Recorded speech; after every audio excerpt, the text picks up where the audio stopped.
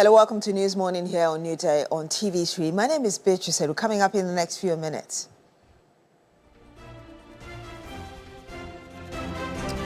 No change to Ofori-Atta's U.S. immigration trial as case is set to continue on April 27, says his lawyer, Frank Davids.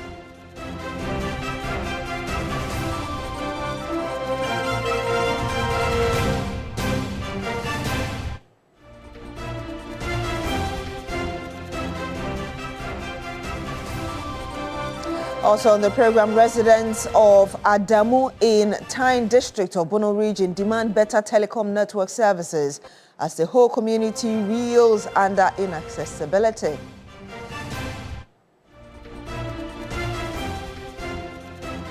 And much later on the program, government wraps up Quo Business Forum with high optimism for partnerships and growth.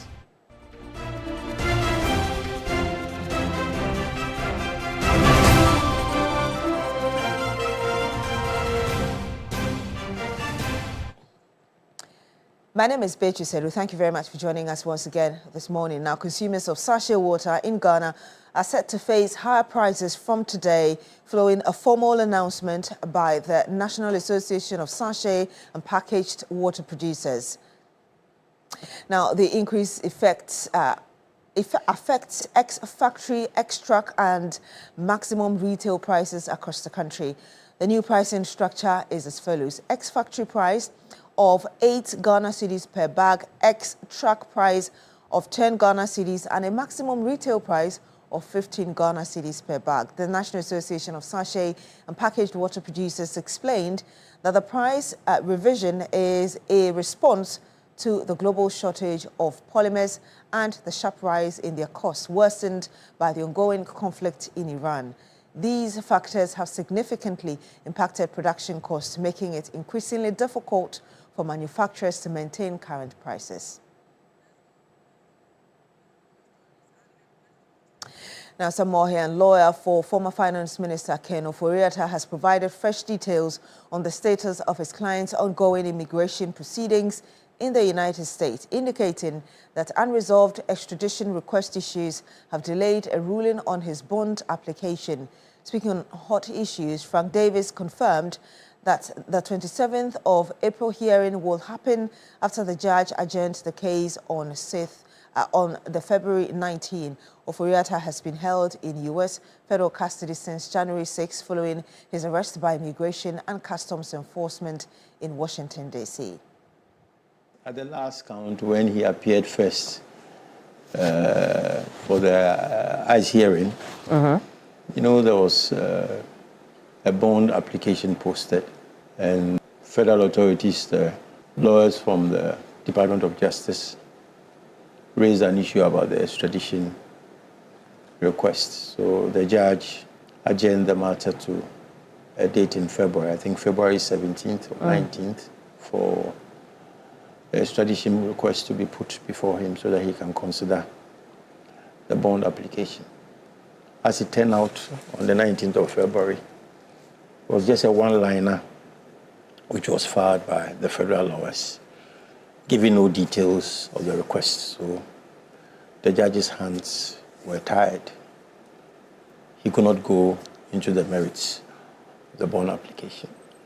Early on, the matter had been adjourned to the 27th of April for a continuation of the ICE hearing. So that is what we are anticipating, the 27th of April. The ICE hearing is dealing principally with an immigration issue. You know, he applied for adjustment of his immigration status.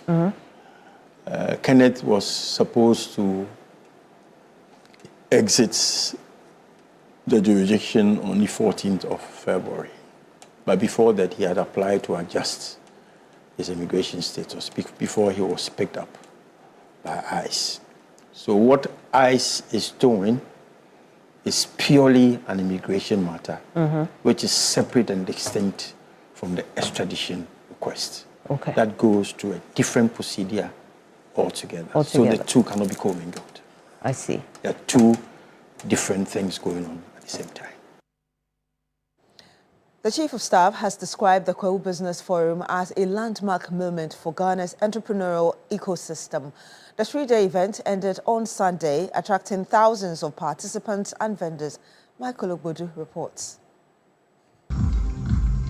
The forum was established as a high-level platform to connect policy, investment and enterprise in Ghana. This year's edition saw strong representation from both government and the private sector, a development the Chief of Staff, Julius Deborah, says reflects its growing impact. To be very honest with you, though we knew it was going to be big, but I think this is super big.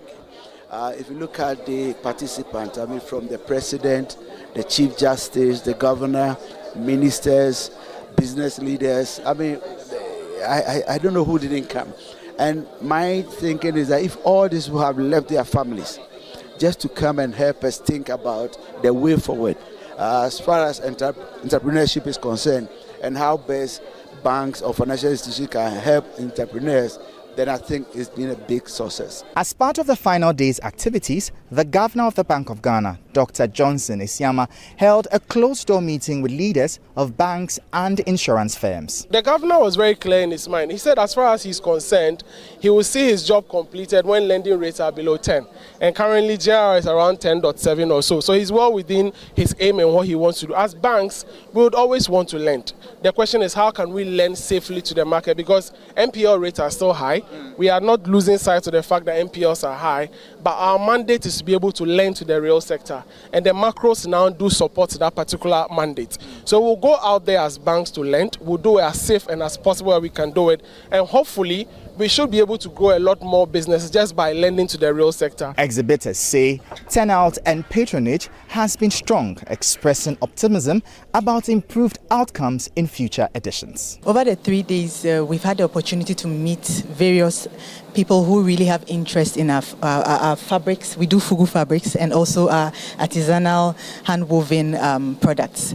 And it's been amazing because we've had people who even want to partner with us. I believe it's a very good platform, especially for those who are looking to start their own businesses. It's a platform that brings together people who are in the financial sector, people who are in the manufacturing sector, and then regulators. We have people who are willing to listen, we have people who are willing to engage, and people who would work with you. It's a good initiative by the organizers, and I encourage all organizations and businesses that are not here this year that next year they should try and come because they are mixing opportunity. It's a platform where businesses are connecting, and I'm glad to be here. Looking ahead, the Chief of Staff outlined plans to transform the forum into an internationally competitive convention destination. This includes a purpose-built convention center capable of hosting up to 10,000 delegates. The President's dream is that Ghana as a country, we need to have an international standard convention center. As you see in Sharm el-Sheikh in Egypt and all that. So that if we have a big convention center that can host up to about 10,000 people, then we are on track. There are convention management teams that will go around, and Ghana's convention center automatically become an exportable commodity. So we're going to bring conferences from all over the world to this area, and I believe in my president. He doesn't miss words, so I'm so excited. If nothing at all happens in my lifetime, and I see such a dream come true, I think when I leave, I will rest well. The Quo Business Forum is increasingly positioning itself as a key meeting point for business and policy. Organizers say the long-term goal is to turn it into a major international events hub in the sub-region. Michael Ogbodu, 3 Business, Quo Convention Center, Eastern Region.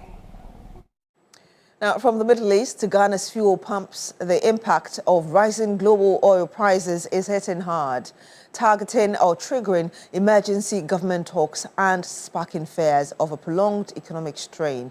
Judith Brown has the rest of the story. As the growing tensions in the Middle East continue to hit home here in Ghana, rising global oil prices are triggering sharp increases at the fuel pumps. A situation some experts caution may not end anytime soon. We will not go back to normal anytime soon. We better sit up and start doing the hard thinking how we'll take care of ourselves. Because when the price of oil changes, it doesn't matter if you are drilling the oil in your country, it affects you. Okay, so first thing I think people should appreciate is that this is a global market, it's a global supply chain. We will be affected. In response, President Mahama has convened an emergency cabinet meeting to consider urgent policy responses. This move signals the seriousness of the situation and the potential for further economic strain if global conditions persist. The meeting is expected to focus on both immediate relief measures and longer-term strategies to shield the economy from external shocks. I've called for an emergency cabinet meeting to decide some measures we can take to cushion the petroleum price while we expect that the war comes to an end. While across the country, the impact is already being felt. Commercial drivers are warning of possible fare hikes, while traders fear a ripple effect that could push up the cost of goods and services. Executive Director for the Africa Sustainable Energy Center, ASEC, Engineer Justice Ohene Akoto, is however urging the government to, among others, act swiftly by using the fuel levy as a buffer for consumers. According to him, such an intervention could provide immediate relief while broader policies are being developed. We are calling strongly for the government to deploy the 1 cedi fuel levy as a customer buffer. So the first one is the amount of money that has been collected for last year. We should use that to buffer Ghanaians. And subsequently, there has to be a scrap of that levy. So we are strongly advocating and calling for that. And then secondly, one thing that we are calling strongly is we need to start engaging in emergency diplomatic talks with African countries. An example is Nigeria, we have Algeria, we have Angola, who are also major oil producers of OPEC. The next one is the floor price by the National Petroleum Authority. We need to improve it. Some of the OMCs are calling strongly that they can reduce the fuel prices a bit lower. The National Petroleum Authority should allow them. As government weighs its options, the stakes remain high. The decisions taken in the coming days could determine how well the country navigates yet another external economic shock. For now, many Ghanaians are watching closely, hoping for swift action that will ease the burden at the pumps and stabilize the cost of living. Judith Brown, TV3 News. Now, the Vice President, Professor Nana Jane Opoku-Agyeman, has reaffirmed the government's commitment to boosting the tourism sector through investment in feeder roads, infrastructure and sanitation. Now, speaking at the Grand Durbar of the Novibokwe Festival in Keji, a coastal community in Keta, where she was installed as development queen, she said that coastal communities are uniquely positioned to benefit due to their rich natural and cultural assets. Efforts are underway to improve the handling of chieftaincy matters and reduce delays in resolving disputes. When disputes linger, authority becomes uncertain, communities fracture, and development stalls. But when matters are settled and widely accepted, coordination improves, confidence grows, and progress is easier to sustain. Government will continue to work with traditional authorities, local governments, and the private sector to improve infrastructure, promote investment, and create opportunities for our people. She added that while tourism must be driven at the national level, meaningful growth can be achieved locally through improved access and support for small businesses. The coastline offers a combination of natural beauty, cultural heritage, and community life that cannot be replicated elsewhere. For Keji, this presents opportunities for local enterprise, from hospitality and food services to crafts and guided experiences. But this also places a responsibility on all of us to maintain standards, protect the environment, and present the community in a way that inspires confidence. When these conditions are met, tourism does not simply bring visitors. It creates livelihoods and sustains development. To support this, Government is prioritizing improvements in feeder roads, infrastructure, and sanitation so that communities become more accessible and visitor-ready. The Vice President was installed Mamaga Ajagba I, thus development queen of Keji traditional area. Now, residents of Adamu and neighboring communities in the Tyne district of the Bunu region are facing significant challenges due to poor telecommunication infrastructure.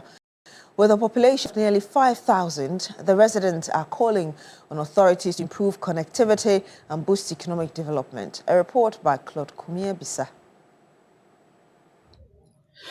The residents of Adamu and neighboring communities in the Tyne district of the Bono region say the lack of telephone and internet connectivity has significantly hindered economic activities and livelihoods in the community. They explain that making phone calls or accessing the internet is nearly impossible, cutting them off from family, friends, and business opportunities. It's somehow disturbing us because at night it cannot work. It's only daytime, and daytime to the network for online services is not working correctly. So if you want to download something or do something special, something online, this time anything that you want to register is online. But because of the network, we cannot register anything. You will be downloading and it will just pause. And at night too, it cannot work. So if you are in an emergency mode, you cannot call anyone for help. It comes anytime it wishes and goes anytime it wishes to. And it doesn't have any connection with internet. So you can only make calls. For instance, some data will be sent to teachers' platform for us to act on swiftly. And due to the internet challenges, we those staying in town have to go to school, go to the house before we can assess what is being given. And in most cases, time always elapses, and then what we are supposed to do, we will not be able to do it. Health workers are also expressing frustration over the situation, stating it is affecting essential services. Gladys Tete is a community health nurse at Adamu Health Center. Here, when the clients are here, you have to leave everything here and go to the bush there before you go and check the insurance and come. And also, if there's information from the district, you don't hear it, or like 1 week before we hear the information. So that one too is worrying us by with the network here. The chief of Adamu, Nana Asante Dapa III, is advocating for enhanced network services in the area. He details the long-standing challenges the community has faced without good network connectivity. Our network is a solar, so it's on and off, on off. I think we deserve a proper network so that there will be network all the time, not that evening time, night, you can't make a call. So we are also pleading with the big men top there to come and fix a good network for us. Clement Osei, Assembly member for Adamu electoral area, emphasizes that the current deficiencies in connectivity severely impact the youth. He notes that this situation is adversely affecting their livelihoods, limiting their opportunities for economic advancement. The world is now a global village, and it's through network. So you can't do anything as of now that we are talking without a network. So we are appealing to the government, including MTN Ghana, to come to our aid, to give us a big pole or a mast that can serve us. Ama we as youth know, Akatsi, because bibia obehunu wo intent abefo intentan so bia no ubehunu na atwam. Recruitment ahoro ayeye ubehu se aba no na ya apply awie. Residents are therefore calling on authorities to urgently address the situation and improve network infrastructure in the area.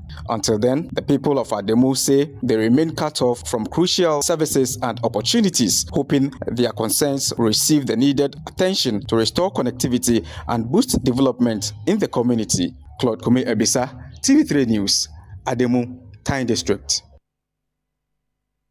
More here, and police in the Volta region are on a manhunt for persons behind Friday evening's robbery attack on a beverage depot that has left 4 persons with gunshot injuries in Akatsi.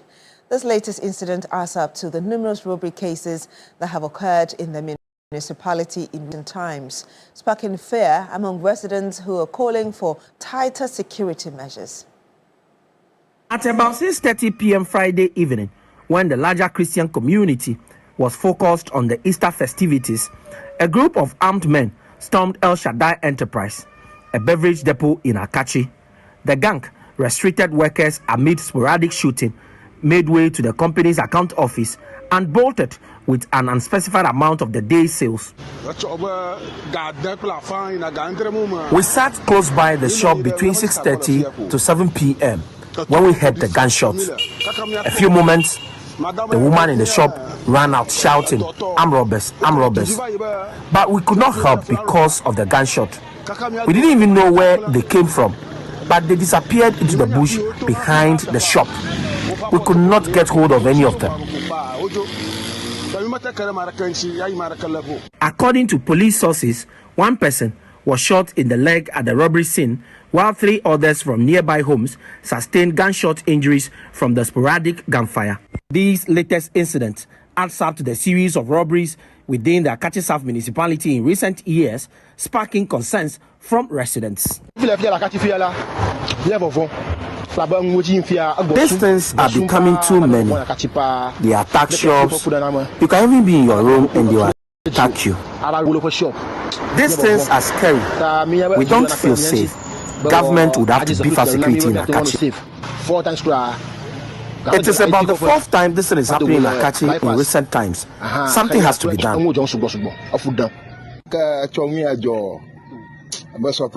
I was shocked to the bone because the distance from here to the police station is a very short one. So the government has to act and provide us security. This thing is repeating itself, and I fear it will happen again to the next person. From 2021, about 4 robbery incidents have been recorded, mostly targeted at businesses in the municipality, with at least 4 persons killed. Faisal Abdul Idrisu, TV3 News. And that's all for News Morning here on New Day on TV3. My name is Beatrice Edu. Thank you very much. Do continue with us on New Day.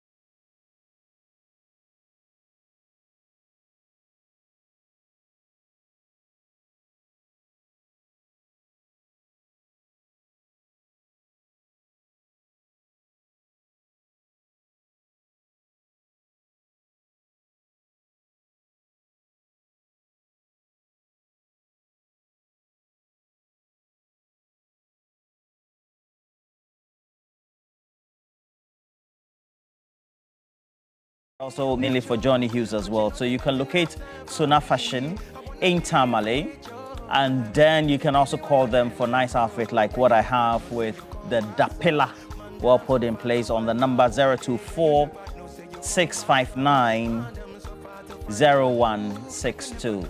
And beautiful Beatrice. How was your Easter? Yeah, it was okay. It was okay? We were here on Friday. Yeah, you know. Yes. Yeah, and, you're here on Friday. Saturday, Sunday, we found our level.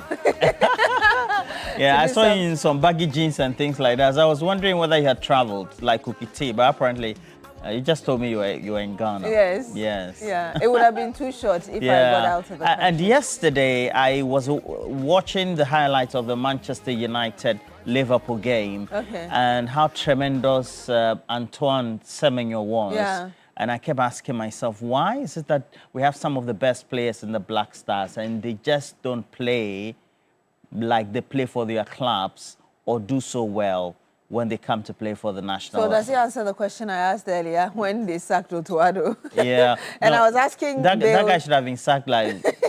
I was asking Bill whether... A day after his appointment should have been sacked. Really. I was asking Bill whether he should have been... I mean, his performance was based on the circumstances. Because when he was he in Dortmund? He was assistant coach, right? Yeah. And I think he was doing well. Was he an assistant coach? Yeah, I think it was it was a technical scout and as an assistant coach, I think for the team and then also for the juniors. So I was asking whether it was the environment that influenced his performance. Okay. I mean, we are talking about Semenyo, yeah. so that's why I'm saying that. Yeah.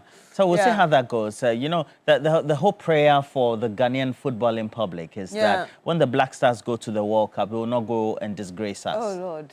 I do pray so. Yeah. But the last time we went, we were out in the first round. You didn't even go through the group stages, right? Yeah. So that's the group stage, the first round. So we're hoping that we can better it. My best memory of our World Cup appearances will always be the first time that we went in 2006. Yeah. And then subsequently in 2010 when Africa hosted it through South Africa. Yeah. And it was just monstrously illuminating. You know, all of us just took the joy.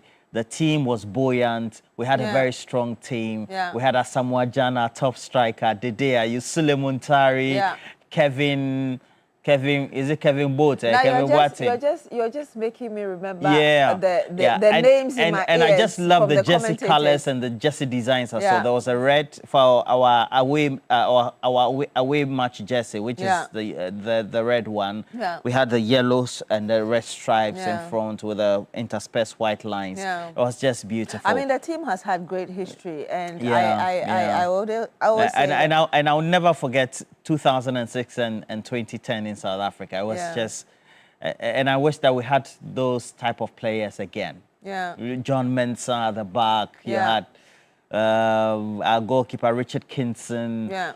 You know, Charlie. I don't know. I remember when Junior Gogo came on the scene. Unfortunately, he didn't live that long. He didn't go to World Cup with us, though, but he was good for the African Cup of Nations. I was in the stadium that day when we played Nigeria. Oh, okay. Yeah, I was doing some work for the BBC at the time, and it was fantastic. Oh. It was just electrifying. Yeah. Electrifying performance. Yeah. And I tell you, when you're in the stadium, your team is doing so well. Of course. It's very orgasmic. You want to join them on the pitch. Very orgasmic, I'm telling you. You just feel that electrifying performance in you, and you feel that Charlie. Hey.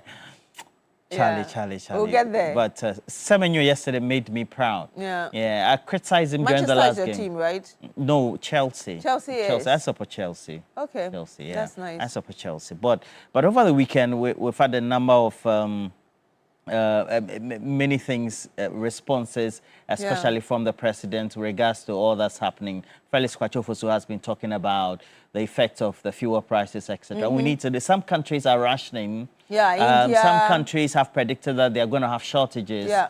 But we've had Edu Gitamaklo of the MPA as well as the Minister for Energy, and then also a number of the individuals, including Felix Kwachofosu himself, saying that we're going to have some good buffers, but I'm just quite worried. Yeah. You know, when the prices for items go up because of fuel, it means that they never come down. You know, Ghana. Yeah, but I mean, it's good that, yes, I understand that bit because, I mean, the challenge is global, but also the assurance, I think, comes in at the right time because somewhere in India or Pakistan, they heard that fuel was running out. And I saw the videos yesterday. People were just trooping, like they had queued. They had blocked the entire road just because they felt they needed to get the commodity at the time. And so I think that sometimes these things just help to calm nerves down, just so that there's orderliness in the system. So hopefully, really, the assurance is what it is. We have enough. And we're not going to be running out, so that eventually it becomes counterproductive. Well, we wish everybody a good week, including a great friend of mine, Zilis Dwayne. He lives in the UK. He's a Liverpool fan. Okay. So he quickly corrected me on Otoado that he was a trainer scout. Oh, okay. And you know, Zilis Dwayne, because he's a Liverpool fan, he never walks alone. Even if they are scored, like yesterday, Manchester United whipped them. Yeah. Was it 2 days or? Yeah. So Come and join Arsenal. Come and join Arsenal. Yeah. So we're going to talk about what really is in there. What can we do when it comes to the fuel prices today, this morning, for our discussion segment? All right. We also have Sachet water. The excuses by those who tend to manufacture just bago. I was telling Blair on Friday. Yes, it doesn't make sense at all. A number of people are just. That's how I feel. They're taking advantage of the system. No, you're right. You're right. And just saying that, I mean, from 10 cedis, and 15. I've been buying it for 15, 9 cedis, 50 per bag. pesos.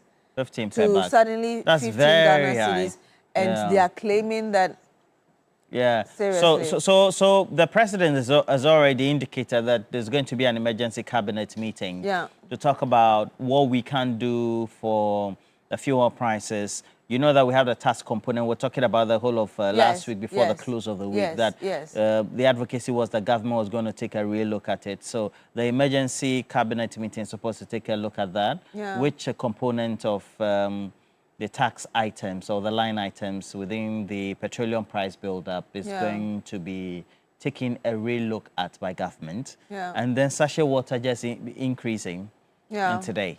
I mean, I bought some on Saturday. But it was we all buy sachet water. Well, that's become the new norm, right? Yeah, back because in the day, we used to drink water. Oh, but we used to drink Ghana water, you know. Yeah. So we'll be talking about that, and then make sure you join us for an interaction we have with Camido. Camido has had a number of songs. I follow him very closely, particularly the one he has called Ghost. So beautiful. Okay. Ghost. I don't know. Harriet, look for Shadrach only got his most hit song. Yes. His more hit song. But Ghost, is sweet. But your love but Ghost is too is a very beautiful music. And I'd love to see that. if Shadrach can take a look at that video and see whether we can play it, it'll be so nice. Shadrach is sometimes one way. It's like in between old school and new school. You can't do this to him on air. Shadrach. So we'll take a look at that. So we say good morning to everybody else. Chairman Godwin Tamaklo of the Rage Group, you celebrated your birthday yesterday. It was a great event at the ICGC Church where you fellowship at Lashibi. Well there. Dr. Kofi Anochi, KAOD Consult, good morning to you. And then Pai Fiang, who works with engineers and planners. Rafik as well, everybody else in there. And let me also say happy birthday to Nelson Akotia. He's a regular watcher. Oh. He's a regular watcher for us. And we have Jennifer. What's Jennifer's full name? One of our national service persons. Yeah, Jennifer Meuga. Very beautiful, intelligent lady. Yeah. Happy birthday to you, Jennifer. Happy birthday to you. One of my intern crushes around. So, Jennifer. Happy birthday to you. I'm crushing on Jennifer because, you know, she's my daughter. So she's my daughter. Do you know you're live on air? Yeah, so she's my daughter. So happy birthday to you, Jennifer. And may all your wishes and dreams and desires come true as well. Yes. So we have some great people celebrating that birthday, and that's what we do best. So Chairman Godwin Tackle, happy birthday to you. And then a young gentleman, Jesse Hamilton. Your mom is called Lydia Batachem. Says happy birthday to you as well. Jesse Hamilton, you celebrate your birthday. as well. Yeah. And so, well, Charlie, it's a holiday. So we'll have Camido come to the studio. We'll try to mix it up. I hope he would do another remix of rendition. Oh yeah, he's always in good song. spirits. Yes, you know, Camido. But perhaps we can ask the question of what do you make of sachet water price and up. then also the emergency cabinet meeting to discuss the fuel crisis or impending crisis. We don't have a crisis yet, but there's a crisis hovering around us, and Baumis, if the war prolongs, it means that we're going to be in the We've been saying this in the last 2 weeks. If it prolongs, oh, it will come. It will come because the way Donald Trump can just tweet something, you know. And it worsens. He gave an ultimatum 48 hours. I think it's the last day today. So Donald Trump, he's my president. So by the way, Donald Trump they do, Charlie. I know he's saying well. Like I know he's saying well. And saying well. And then all those who decided to go to Lume, in the Volta region to go and celebrate. Please, we wish you all the best. The team, you people, you know, the gentlemen, you know yourselves, the gentlemen. All right. So we'll take our question of the day for this morning segment. What do you make of the decision by the president to convene an emergency cabinet meeting over the looming fuel or likely looming fuel crisis if we have the Middle East war prolonging? And then those who manufacture sachet water gave an excuse that some chemical be like that they put for the thing inside, it cost. So they decided that they want to increase the price, and it's supposed to take effect today. Yeah. I made a decision. I'm not going to drink pure water from Ghana Water Company. Pure water. You're saying it like those who sell on the streets. Yeah, the way they hawk it at the station. Pure water. Yeah. So please make sure you join us for that. What do you make of that? Yeah. The pure water price increment, and then also the emergency cabinet meeting to be convened by the president on the fuel issue because of the Iran-Iraq war. And Celestine Badagbo, you also celebrate your birthday. You just sent me a beautiful picture, so I'm going to put it on screen when it's time. Happy birthday to you as well. People's iPhone 17s are falling, no problem at all. We have the segment up next.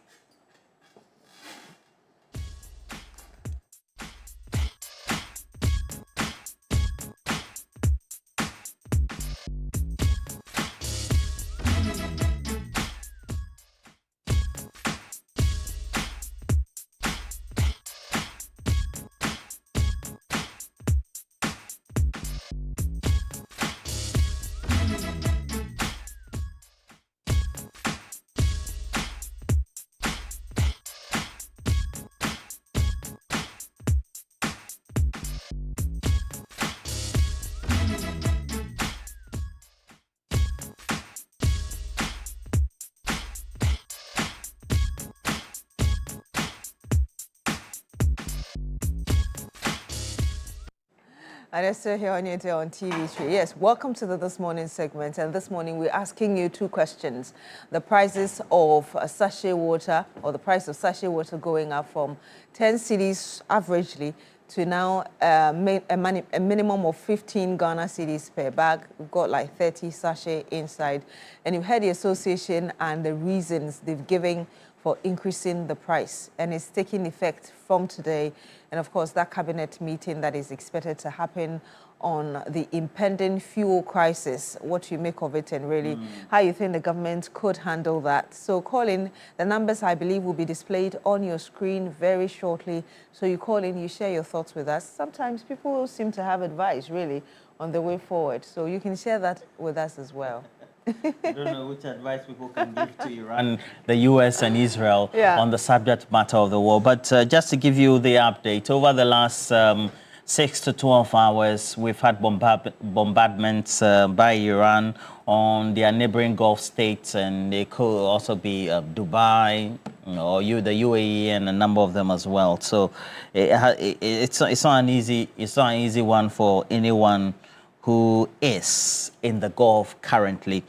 The Chief Executive for the National Health Insurance Authority, Dr. Victor Bampo, you celebrate your birthday, and Edmond Pierce Morgan Ochre says happy birthday to you.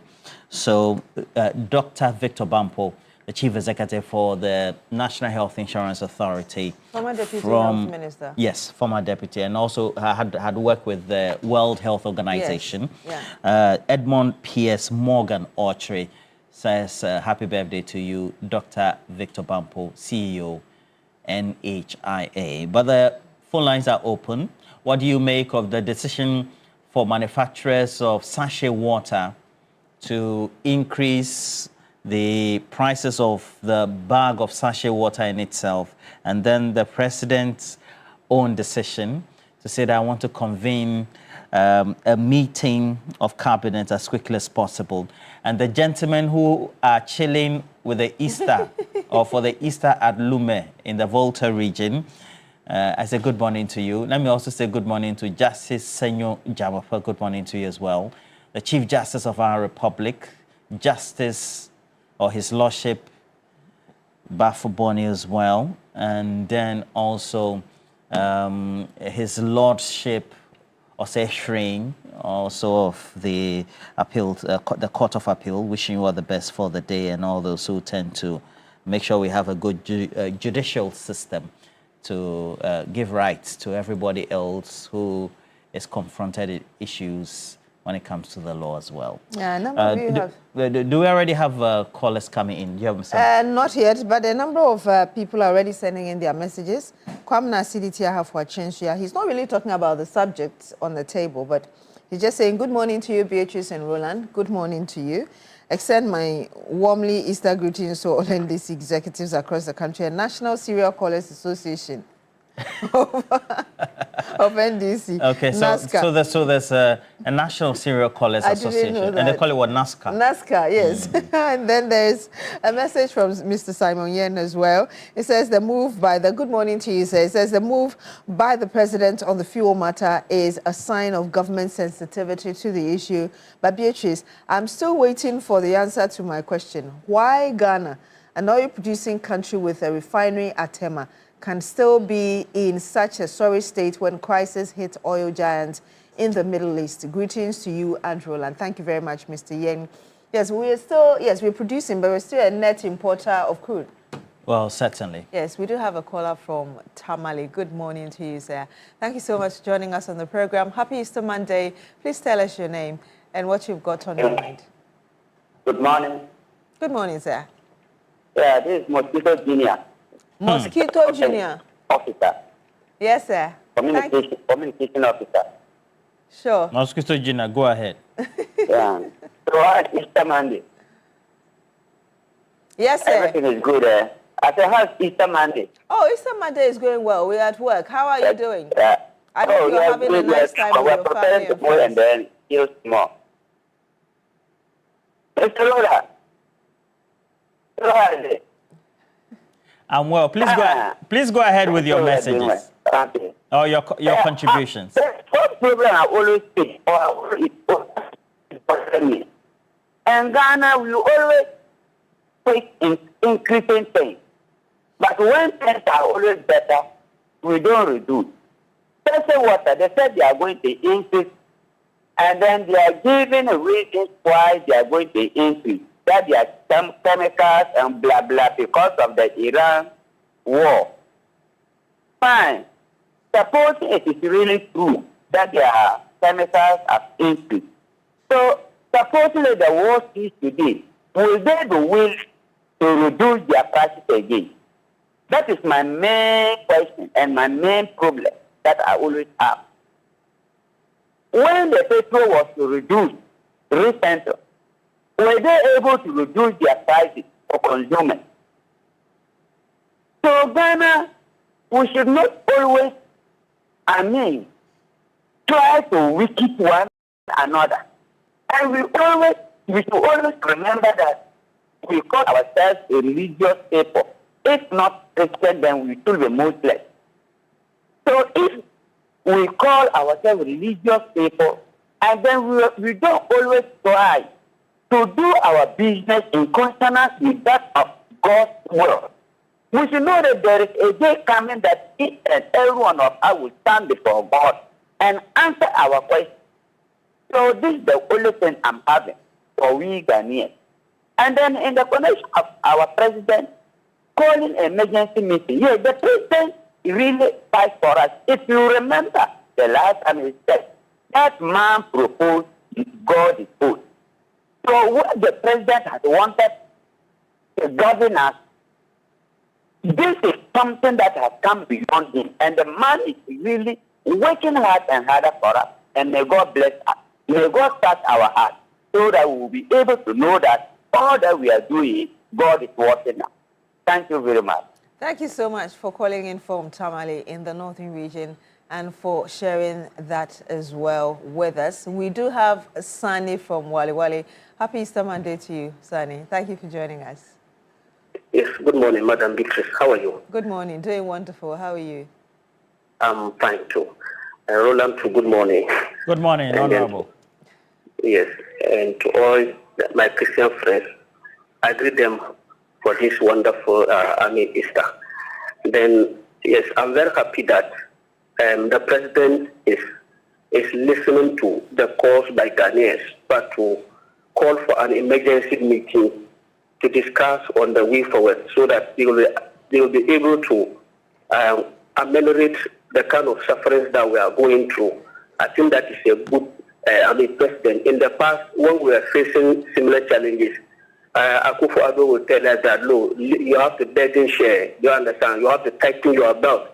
So whilst we were doing that, he was using the little and the scarce resources, to go and watch football and then to chill, outside the country. But this time we are not seeing that, so we are very thankful to them. So they should look at some of the taxes. We are not even talking about only the one Ghana cedis. So they should just look wherever they think that, or whatever they think that they will do, so that it will not affect the government so much. Okay, and then in terms of revenue mobilization and all that, they should do that so that we'll be happy. And then people will not also take advantage of that kind of thing to increase prices and all that. But with regard to the fuel prices, going up, even the US, they are also facing similar challenges. Yesterday I was watching CNN, and then there were queues in America. Do you understand? And all that. And then the consumers were also complaining that, oh, the prices are high and all that. So they too are not also even left out of the kind of difficulty that we are facing. So it is a worldwide thing. Let us pray that this war, unjustified war, comes to an end so that we all go back to our normal situation. With regard to the Sachet water, I think that they have no right to increase the water prices. They should just maintain the prices until they are able to do what they are supposed to do. The other time I said that they produce this water under poor hygienic conditions. And then when you even buy the water, you try and look through. Sometimes you even see some kind of germs, worms, maggots. Some small things that are causing, health conditions for the people of this country. When you come to the north and then you go to the hospital, most of the cases have to do with, stomach-related conditions. Do you understand? Like typhoid and all that. And it has to do with this, water people. So that is where the FDA have to come in, so that they will regulate them to make sure that they do the right thing. Until they are able to do that, they should stop talking of increases and all that. So have a nice day, and I greet all my people in Wali Wali. Thank you very much. Thank you so much. Have a nice day as well to you, Sani from Wali Wali, and thank you for calling in. I think we have Mejana on the line. Okay, do we do? Okay. Yes. Mejana from Sunyang. Hello. Hello. Good morning. Good morning, Mejana. Happy Easter to you. Thank you for joining us. Thank you for giving me the opportunity. I greet Roland and also extend my greetings to Kupiti and Na and the rest of the crew, more especially those who are producing you. I give shout out to them. Without them, we will not get the opportunity to penetrate to your program. God should give them strength as Christ has risen. And this morning, I want to take this opportunity to thank President John Dramani Mahama for swift response to the cry of Ghanaians. You see, sometimes I always say this. When you are given a position or a role to play, two things are expected of you. that people are expecting you to exhibit. One is to show that whether you are committed and willing, and that will show that you are a wisdom person. You have wisdom, and otherwise showing unconcern. That means you are not being wise. So if you have wisdom, the opposite will be what? The opposite will be fooling. So John Dramani Mahama has exhibited wisdom in his leadership, because making an attempt to respond to this, to call for an emergency cabinet meeting, means that they have seen that petroleum product is an economic boost. Therefore, Ghana cannot move without this good. And to take a measure to address it, I think it is very appropriate. And I think that with the leadership in the petroleum sector, like Edwigi Tomakuru, a wise man, very committed to the cry of Ghanaians, they work out and give us a solution. And coming to the sachet water, I am not only against, because I don't want somebody to venture into a business and run at a loss. But sometimes the way they charge, when a little increase of some factors of production comes up, is not the same as when those commodities are reduced. For example, I personally went to lorry stations, asked the users of the petroleum product when it was reduced drastically. They told me point blank that they were not going to reduce it because there are other factors that contributed to it. So today, if you are also telling us that some chemicals, because of that, you have to increase it, does it sound logic to the consumer? Are you being fair to us? Because when it was time for you to reduce, to leave the pressure from the consumer, for them to also enjoy and get some comfort, you said no. You go get that, and you do all the kinds of calculations. And I think we shouldn't be giving people that kind of mental. So I would suggest that if the Ghanaians think that the competitive nature of market that we have, they have the opportunity to do whatever they want, then I would suggest that we go to control price. So the government should own control price and control the price. If it deems for you to increase the price, then we go. If it is not, then we all go by that. But other than that, I want to repeat it again. Ghanaians, it will be wonder that 10% of Ghanaians will get to heaven, if indeed there is heaven. Because we are greedy to the extent that we don't think of our fellows. What we want is our money. So look at the gentleman who just ended about the kind of sachet water we drink. Majority of people getting typhoid because of that and polluted water that they package for us to drink. If you go to hospital and you check health status of people who have contracted this diarrhea or the typhoid, it is a result of these chemicals. I have worked in the sachet water company before, and I know the kind of chemicals they put in. When you check you call those people who are working on the chemical that they're supposed to put. And I want to tell you, the standard authority, that institution must be called to order. The Food and Drug Board, they are not doing nothing. They are not doing anything there. If they do, they should have been able to get people arrested for giving us sickness. Thank you for giving the opportunity. Thank you so much, Mijina, for calling in and for sharing those thoughts. Did you hear him say that he doesn't think? He says only 10% of Ghanaians will go to Alhaji Bine Yerubushele, Jasaba, happy Easter to you. Roland. Yes, sir. Happy Easter to you, and happy Easter to Beatrice, Ukiti, Nashoko. Thank you. Let me send my listening to Kemi Mamusa and his husband, Alaja Alasan, and Chairman of Ampofo and Honorable Ladi Ayamba, MP for Pusiwema, Municipal Chief Executive Senala Sambama, and Kumako, Chairman, Alaji Sasa, and Finance. Paparu, even our loss is making you happy this morning, Liverpool. Is you are happy?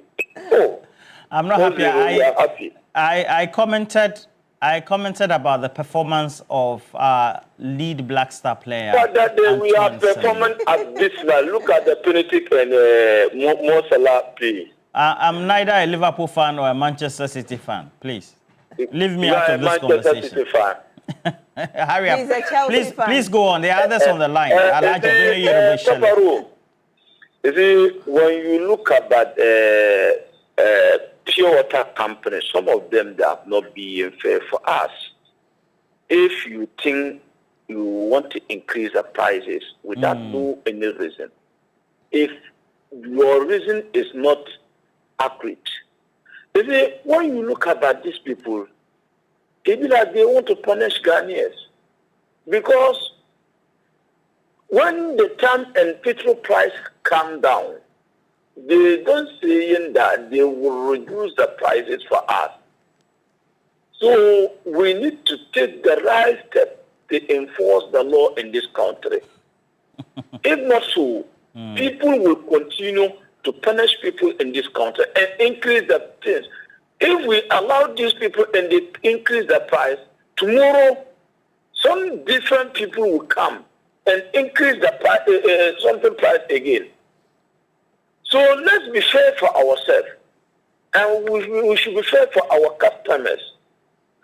Because we can't do things by heart. Because of that, and President John Dramani Mahama will sit for the leaders. And maybe we can discuss about the petrol issue. You see, some people want to use it as opportunity to do propaganda. Because MV did not have any campaign message. When this fuel price rises, and you will go to the social media and you will see that MPP people keep on posting it. Meanwhile, petrol price did not go high like MPP time. 17 Ghana cedis per a liter or 18 Ghana cedis per a liter. And now, even some places, I saw some places, they are still selling it. 12 Ghana cedis, 99 pesos.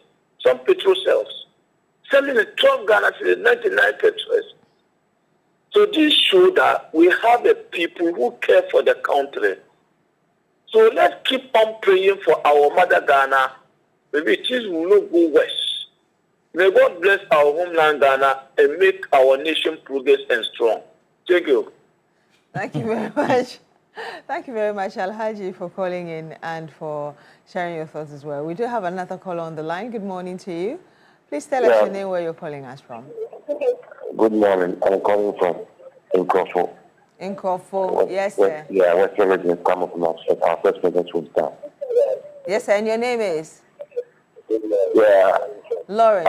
I want to contribute to the program. Please go ahead. I'm saying that this democracy doesn't help us. Because democracy does not help us. Because when we look at things, when we always came at first time during the military era, you see, you cannot do anything with your own like that.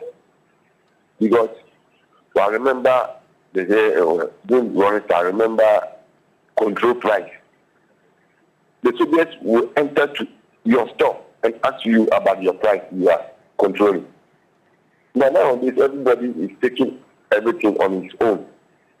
Even we are near to Cote d'Ivoire. I fill my gas at Cote d'Ivoire. When I take that cylinder, the big one, I take 2 to Cote d'Ivoire and I fill. When I fill the two of them, I take 2. When I fill the 2, it is 200 cedis. But then here, can you take 200 to fill even the small cylinder? You can't take 200 to fill small cylinder. Cote d'Ivoire, you can take 200, including the transportation. You fill 2 cylinders, the big one.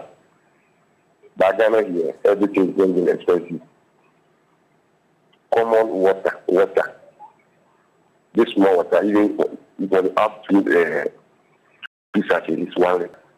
You are going to buy almost 5 liters or so. How come? The Democrats doesn't have that. They should take this particular control price to Parliament to make a law so that they can control everything. When you go to Cote d'Ivoire, you cannot take the law into your own hands and then say, yeah, I'm going to sell this. Everything is very stable. In 5 years, everything, when you go there, the price is always the same. But once you come to Ghana, every day, different price, every day, different price. So the government should do something about it, about price control. Thank you very much. All right, thank you very much. Lawrence calling us from Nkrofo. A number of you sending us your messages already. Mr. Stephen Penwa says, good morning, Papa Roll and Beatrice. The president is a doer and he has the empathy for his citizens. We're witnessing leadership that has compassion. Aziz Donla says, in November 2022, diesel was 23 cedis, 49 pesos. At the time, crude oil price was $89. Now, diesel is 17 cedis, 8 pesos. At a time, crude oil price is $115 per barrel. We stayed in this country with Nanado and his 120 ministers when a liter was 23.49 Ghana cedis in this country. So we can survive with the current price, which is 17.8. Indeed, we know the reason for this hike and we shall overcome this as well. Good morning to Professor Khalid, my enviable role model. Let me read this one from Chachuchi Kata Jr., Wow West. He says, good morning, Beatrice, Edu, and Roland Walker. You guys are doing well. Happy Easter to you all. Thank you very much. Happy Easter to you as well. He says, let us be honest with ourselves as Ghanaians. No government on earth can insulate its citizens from the tremors of a global oil crisis. But what separates a caring government from an indifferent one is not whether prices rise, but how swiftly and decisively it responds when they do. And President John Mahama has responded fast. The moment fuel prices surged, President Mahama did not sit in comfort. He called an emergency cabinet meeting, declaring his intention to explore practical measures to cushion Ghanaians from the impact of soaring fuel prices. And he says, this is leadership. Greetings to my hard-working MP for Wa West constituency, Honorable Peter Lanchini Tobo. And I'll just read this last one from Prince Henry Ofori-Atta. He says, we need to come out with control, price control, because some people in this country have decided to take us for granted. At the time the government has reduced water price, the water people want to increase price of sachet water. That's coming from Prince Henry Ofori-Atta. We do have Philip joining us from Padai. Good morning, Philip. I hope you're well. Yeah, good morning, Roland. Good morning. Yeah. Good morning. I'm very grateful for getting in touch with TV3 this morning again. I bring you greetings from Pandai. I have two discussions we want us to talk about. That's our water issue in Pandai. You know, today we are discussing about sachet water. The sachet water companies in Pandai, what did they use? What we use to put to fill the sachet water is well. A dark pit whereby water comes out of it. We don't have Ghana water. We don't have decent or hygienic water services. But Oti River flows just through Pandai and eventually gets to Dambai. But Ghana Water Company or the government is not doing anything to give us decent water services. Now we are paying taxes every day. We pay VAT. We pay a lot of taxes on fuel and other taxes as Ghanaians. So the government now, John Dramani Mahama has come to power. We know he's a working president. He's a builder. He should help the Panda people to get decent water and clean water. And the last point I would like to discuss is, you know, last week there was this incident at, I think, Newtown. a building that collapsed. I tried calling, but I couldn't get in touch. Yes, Accra Newtown, within the experimental school. Yes, Accra Newtown. As I'm talking to you now, there's a building at Kisema, around the Gimpa stretch. Gimpa is, I think, it's under Down South Municipal Assembly. It's a 2-story building, and which is whereby Gimpa students are occupying the building. It's a 2-story building, a 1-story building. And I would like to share with you guys the Ghana postcode so that you can go and have a look at the building. The building is tilted to the extent that they've erected pillars to chalk. It's like something is going to fall down. You are now using wood to chalk it. How can you use pillars to chalk it? The building. Thank you, Philip, calling us from Pandai. And this is actually not the first time he's talking about the water issue in Pandai. So hopefully the Ghana Water Company Limited gets to go there to assess the situation and at least gives them some potable water that they can use. Well, thank you very much. And it's good that he said he called for in Crawford or where? No, from Pandai. Okay. So there was one that called for in Crawford and all of them in the Nzimai area. So this one is coming from PK in Elembele and says that I humbly request to extend my warmest Easter greetings to Emmanuel Amakofibwa, the Minister for Lands and Natural Resources, for the good work he's doing for Mother Ghana to help keep the rate of galamsey in Ghana and stop scrupulous people from using mining chemicals into our soil. And you say kudos to him as well. So that's coming from PK Elembele. And Osebo says that why is everybody complaining when the MPP said the state of the economy was as a result of Russia and Ukraine war? Everybody said the MPP was lying. They even added COVID. Everybody said the MPP was lying. Now this small war that hasn't even lasted for about 2 months, and we're here complaining. We should live up to the billing. Kama.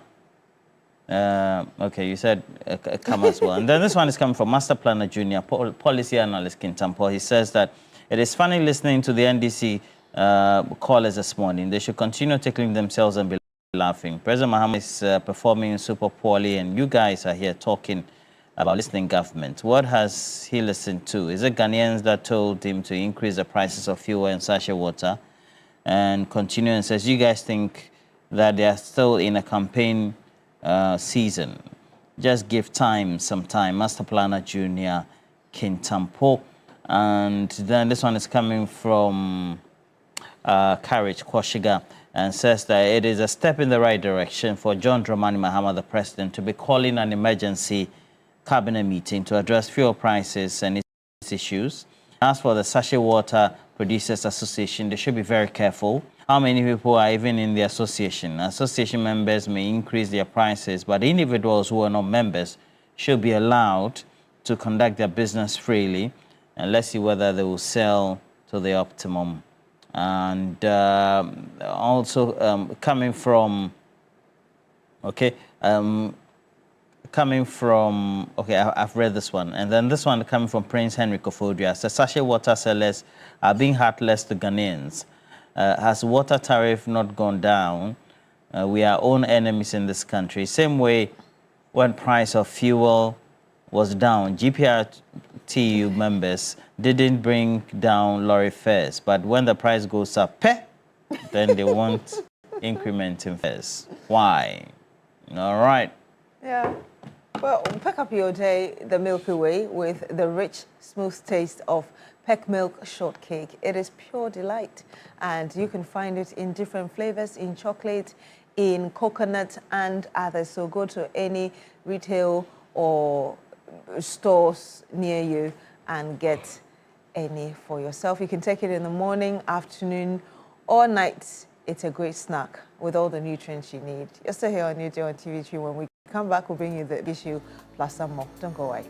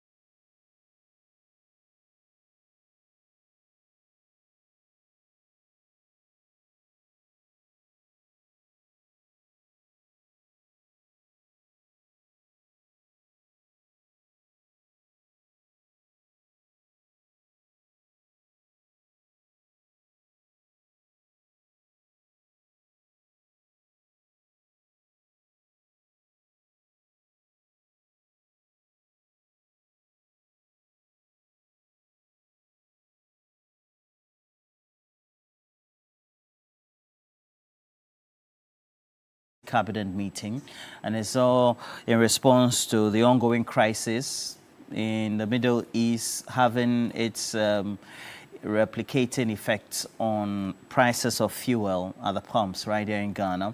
And you know that when prices of fuel increase, they also subsequently have a ripple effect on other prices for goods and services. All right. And then the last one is us having at least 10 or 15 minutes talk or bites on the announcement, and we're told that it's taking effect today, of the increment in prices of sachet water by the producers of sachet water.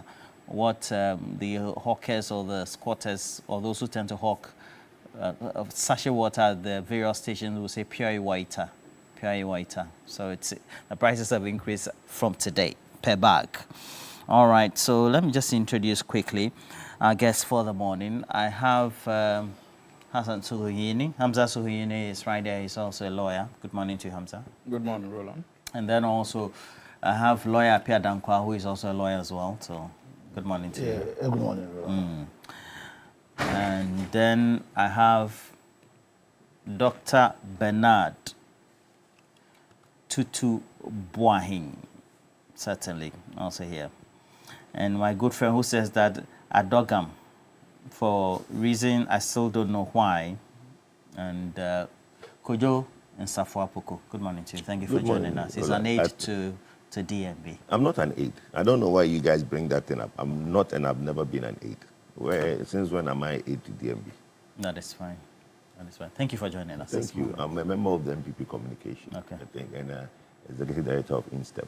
I think that's a better title than when people say you're an aide to somebody who's not appointed you. Very well, very well. Welcome. Thank you. So we'll take an insert from either Felix or the President, okay? And so we'll quickly, we'll start the conversation. So Hamza, emergency cabinet meeting, we know what's occasioning that. It looks like the pressure is now hot on government on the subject matter. Good morning to you, Roland, and of course, good morning to my colleagues in the studio and cherished viewers out there. I don't think that I agree with the perception that the pressure is now too much on government, simply because we are dealing with petroleum hikes. Indeed, I say so because, as far as I'm concerned, and as a responsible party that campaigned on key particular promises, we've always known from day one that at any step of the way, the Ghanaian people would demand so much from us, and rightly so. And so for us, every day is a matter of dealing with pressure. It's not just because of the likely impact the fuel hikes would have on the ordinary Ghanaian and the economy, because that is our mandate. And so this is clearly in line with the expectations of the Ghanaian people and our commitment to them prior to the 2024 election, when we launched our manifesto, that we'll do everything within our power to ensure that many of these challenges are mitigated. And I'm pretty much convinced that this government, led by His Excellency President Mahama, is still committed to that particular pact we signed by the good people of this country. And we have always known, Roland, as a political party and as a government, that external factors undoubtedly have consequences on our economic fortunes. And so it is disheartening when I listen to the MPP and they seek to create the impression that when they were in power, we more or less discounted the effect of international or external factors on the economy. We were not doing so. Our issues were contextual in the sense that even before we got to where we got to in the case of COVID and subsequently the Ukraine war, we were quite consistent that the kind of economic model that they were implementing would be disastrous in case we faced challenges. And indeed, we're proven right. And if you remember, if you listen to the World Bank representative at the time, Mr. Laporte, he also indicated that Ghana's economy had shown severe signs of crisis prior to COVID and Ukraine. So it was not just the NDC that was saying, it was also the World Bank and other international organizations like the IMF that raised red flags about government's economic model. The situation today is entirely different. Being that what? Today, In a matter of less than 1 year, 6 months in office, His Excellency President Mahama, ably assisted by his economic management team and that of the finance minister, we have been able to stabilize many of the sectors of the Ghanaian economy that MPP took for granted and in most cases abused as a result of recklessness and corruption. Today, our inflation is down. Today, exchange rate, Ghana cedi, is relatively strong. As we speak today, our debts are falling. And so if you take into account many of these social interventions, it gives the impression that if we had not gotten many of these fundamentals right, petrol, a liter of petrol would have actually gone as far as 30 Ghana cedis a gallon, a liter. But that is not the situation, because remember, even at the time we were raising such concerns under the MPP, Roland, a barrel at the international market was about $80. And they were selling in the region of about 15 Ghana cedis by 2024. Today, as we speak, because of this crisis, a barrel is in the region of $110, $120. And yet still, when it comes to petrol, for example, we still sell far less than they did when it was about $80. So that tells you that you cannot discount the economic interventions of this government in the manner in which we have handled the exchange rate and that of our inflationary pressures. And so, yes, external consequences that are there. And for me, that is what gladdens my heart when it comes to this president. Because he understands the constitutional imperatives. That is the reason why he has decided to summon that emergency meeting of cabinet. So at that meeting, what will be beyond just discussing the subject matter of the petroleum issue, the decisions that will need to be talked about, and then the decisions of course. This is a crisis situation, Roland, and per Article 76 and 7 of the 1992 Constitution, the cabinet is mandated to ably assist the president in formulating policy. So we expect certain policy measures to be implemented. And His Excellency the President indicated so, even when he announced that they would be meeting over it. And he was quite clear that the objective of that meeting is to ensure that they bring on board policies intended to mitigate the likely costs of the petroleum hikes. And so that will be the basis of that meeting. And hopefully, certain policy interventions will be announced intended to mitigate against the cost implications on businesses, on the ordinary Ghanaian, and for that matter, even the sustainability of our own economy. And that is the reason why it is important, Roland, when you are in office, for you to get your economic fundamental rights. If you remember, when we were in opposition, we kept on giving examples of other African countries, even in the midst of COVID, that were doing well. And we pointed to the fact that their inflationary figures and that of their exchange rate was quite encouraging. That's why they were able to weather the storm when they had to deal with the effects of COVID and Ukraine. But Ghana's situation was entirely different. Today, we have a formidable and robust economic system that we are pretty much convinced would be able to face these challenges without necessarily impacting the ordinary Ghanaian severely. As for the impact, it will be recorded. But the preparedness of government in dealing with such impact is what is critical. Because governments are elected to solve problems. Governments are elected to ensure that the burden on the ordinary Ghanaian is curtailed. And I am convinced and have absolute confidence in this leadership and that they will do everything within our power to ensure that many of the side effects of this unnecessary war is mitigated in such a way that it doesn't affect the ordinary Ghana. So for the ordinary Ghana, I think that they must be hopeful. We appreciate the challenges that they are facing. It is going to be temporary. And hopefully, government would begin the necessary investments in other sectors of the economy to position us in a way that we can face many of these external pressures head on without necessarily having to burden the ordinary Ghanaian. So yes, relief is coming. I'm pretty much convinced in terms of government intervention. Integral to this debate, which has been called by not only civil society, but also, of course, the other side of the opposition, particularly from the MPP, as well as some key consumer groups, is the fact that we need to take a look at the price buildup, at least some of the taxes that ultimately lead to what prices ordinary Ghanaians who buy fuel at the pumps pay. Yeah, so let me wish your lovely viewers a good morning and happy Holy Saturday. Wish yourself a good morning, my colleagues, Hamza, my friend, my big brother, Kojo, and then my professor here, a good morning. I think the call that we look into the price build-up is one that is in the right direction. Because as in when you consider the impact of the crisis on us in terms of fuel, I think they are in two folds. So one has to do with the availability of fuel. I think we don't have that issue. I think fuel is available. I think the problem has to do with the pricing and the impact of that pricing in the overall health of the economy. Because if the prices continue to escalate like they are escalating, and if the war persists, the clear threat of the prices going up the roof, then all the gains government has made in terms of inflation and all can be impacted.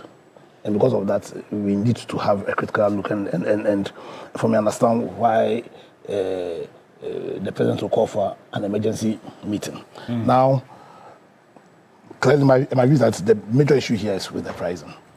And so then there's a need for us to look into the what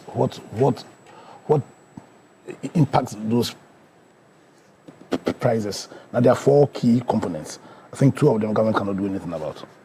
So the first has to do with the price of the refined crude. That one government cannot do anything about it. Because inbuilt in the price of the refined crude is the price of the crude itself, the refined oil. Two is the what's called exchange rate, which government so far has done very well in terms of where the exchange rate is at. The third bit is with the fiscal side, that is the taxes, the levies. That one government can do something about. And the last bit is the margins. You understand? So I think among the levies is the stabilization, how does that help me here? Yeah. But within the tax and levies is the stabilization. Recovery. It's still there. Yeah, I think so. And the purpose of that levy was to enable government cushion the pricing when it goes up. You understand? So government can look there. Government can look at doing something about that price stabilization levy. As in, if the prices go up, government can temporarily put a hold on it to bring the price down. Also, I think government needs to also look critically at how we deal with these shocks. As in most of the time, as we deal with them as and when they come. But I think there must be a comprehensive strategy, a standard response strategy to deal with these shocks. My view is that, you see, when the price of crude goes up, it's a double-edged sword in terms of the fact that government has made a budget with a certain projection. I think this time it's about $75 per barrel. So that where the prices go up, it constitutes also a win for government. I think as part of what I'm calling for, as in a standard response strategy, government should look at a way of taking a bit of the surplus where prices go up into some form of a fund or levy that will also cushion the citizens, because we can't be at the receiving end all the time, because government bearing the brunt. Yeah, because government benefits from government benefits when the price of crude goes up. Yes, because if you've planned with 75 and right now it's hovering around 110 to 120, that's a whooping over $30 per barrel windfall. You understand? So as part of the standard response strategy. The government can have a policy where a percentage of that rainfall is put into a fund with the purpose of being triggered when there are these shocks. You understand? And thirdly, I think the biggest reason why we always are the brunt of external shock is because of the structure of our economy and also the structure of our petroleum sector. Largely, we've been importers of the refined crude. Fortunately, we have Tor here, and I think we have St. Hugh, we have some private refineries also. I think that it is critical that we look at the structure of our petroleum sector by increasing the extent to which we refine our own crude, and to aid us in dealing with these external shocks. And then lastly, I think as politicians also need to find a way of restraining ourselves from overly politicizing these external shock issues. Because I think we are all in agreement that we ought to change the economy of this country from the Gajisbegan economy to an economy where we add value. And unless and until we do that, then we'll be vulnerable to these external shocks as and when they arrive. Because you recall that sometime in 2015, His Excellency Dr. Bawumia ravaged those external shocks. And I don't know whether it was in retaliation, but the NDC also ravaged largely the impact of the Russian and Ukraine. I don't know whether it was in retaliation to the earlier statement by His Excellency Dr. Bawumia in 2015, when he said, how can external shocks jump over Ivory Coast, Burkina Faso, and attack Ghana. You understand? And in 2020, 2021, 2022, I think in reference to that, then he's also made a very strong campaign issue. Yeah, I understand. I think that sometimes we play politics with some of these things without dealing with the core issue. I'm saying that the core issue here is a need for us to change the structure of our economy. And with the specific reference to petroleum, I think we have what it takes to change the structure of that economy also. My simple answer to you is that it was not a response to... Oh, that's what I said. Maybe, I don't know. Maybe. Maybe in reference, you understand. But so, for me, I think the critical issues in my suggestion to the president in this cabinet meeting that they are going to have is, first of all, is to put in place a structured response strategy to some of these external shocks. I'm saying with the specific reference to the petroleum, to create some sort of fund where the windfall that is occasioned by reason of the increment in crude that benefits us, you understand, be put into that fund and then used as a means of cushioning the inflation in the petroleum pricing. Two, especially to deal with to follow on the price stabilization levy, if it means removing that, to also cushion what's called as. And thirdly, to deal with the structure of our petroleum economy. Now that simply means is we should be refining more crude in Ghana. Fortunately, we have Tor, and the Tor has done a great job. As in Tor is functioning. We have private refineries. Yes, to increase the amount of crude that is refined in Ghana, so as to at least create some buffers to deal with additions, and also to look at bust also. To look at, well, the whole essence of bust is to serve as a buffer stock for oil, so we can also then boost up bust. So at least we increase our local ability to deal with these vulnerabilities. So for me, that's my view, and I agree with those who feel that we need to look at the cost build-up. And finally, I think that there's something that we also see in Ghana. We don't have an institution that deals with protecting us, the consumers. There's consumer. I think Kofi Capito had. We need a proper antitrust institutions, you understand, that will protect us, the consumers also. Because in this petroleum case, where clearly government is benefiting because we export crude.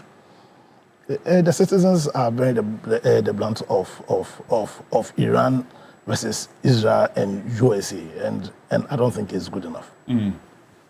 This one falls also squarely on your lap as well. For years, you comment on some of these subjects, but also on the policy side.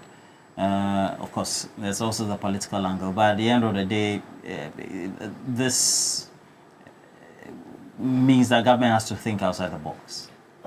We've been here before, haven't we? My uncle Kwame Pianim keeps saying that the economist. He keeps saying that this thinking outside the box. What is outside the box that you can't think when you're inside the box? You see, my brother Suhini, when you asked him a very simple question, turned it into an MPP bashing. What the NDC failed to realize is that we've moved on, Ghanaians have moved on from this MPP thing. We went to the polls, Ghanaians voted. They voted you in. All the things you said, come in and do it. The campaign is over. The campaign is over a long time ago.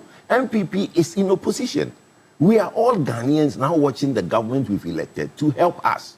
Now, Sweden keeps saying that, the prudent government and we will now make sure we mitigate. Where is the mitigation?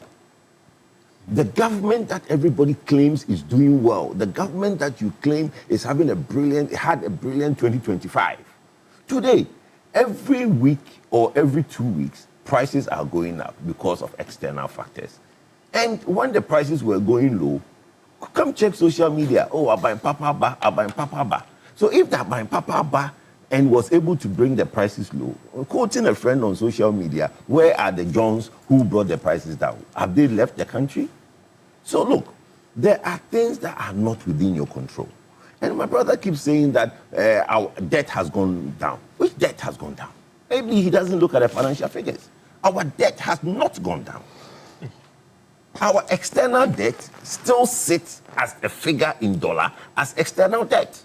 If you decide that you have an artificial exchange rate, right, and you're going to multiply your local number times the debt you have externally and have a smaller number, that's your problem. But as far as somebody who sits as an international partner, his debt with you is still his debt with you. If you owe X amount in international debt, it's still X amount in international debt. It has not reduced. Secondly, our domestic debt is going up because you keep borrowing every 2 weeks, 3 weeks on T-bills. You've recently gone into the bond market to raise money, right? You've decided to do the big push where you don't have enough money to fund it, right? We are being told that you're going to fund it from your domestic minerals, royalties, and petroleum revenues. Yesterday, my Institute of Energy, INSTEP, has done an extensive look at the revenues and realized that we can only get up to $800 million at most a year as compared to what we got in 2025. So it will take us about 11 to 12 years to pay for that 10 billion that you want to spend at the end of 2027. So I'm asking on the roads. Sorry? On the roads. On the roads, yes. Because the Minister of Roads is saying that at least 81 of the roads that were given out on sole sourcing were urgent, and they are to be delivered in end of 2027. When those contractors deliver those contracts, there will be no money to pay them because the revenue source, which is the mineral royalties and the petroleum revenue, does not add up. And I've put the paper out there. Anybody can come and challenge it because I didn't make up the numbers. It's from Bank of Ghana. Now, when he keep talking about this MPP thing, it's got nothing to do with MPP. Personally, I think that cabinet meeting tomorrow should not be about prices. The prices, there's nothing government can do. It should be about avoidance of scarcity. In Asia now, there are demonstrations of high fuel prices and scarcity. Countries are even rationing. Thank you. Some countries are doing 4 days a week. Some countries are doing, you buy even numbers and stuff like that, right? So if anybody will listen to me, and as far as my voice goes, I have told certain people that, look, for me, I've been doing this thing for 25 years. And when I look at some of these things, a lot of people will now say that I should be a pastor. I'm not. I just have an analytic view of the industry, and I'm able to now tell you what is going to happen. What this industry and what the government need to look at seriously is scarcity, not prices. Because the prices, even if we go through what my brother is talking about, the various levies and refineries, the levies and margins, the highest one will be 90, the one cedi that was put, maybe the president can take it out, right? That would be one cedi out of it. Then you look at some of the big ones will be the energy sector shortfall and debt repayment levy, which is 95. So that is like the ESLA. So the two ESLAs are about almost 2 cedis.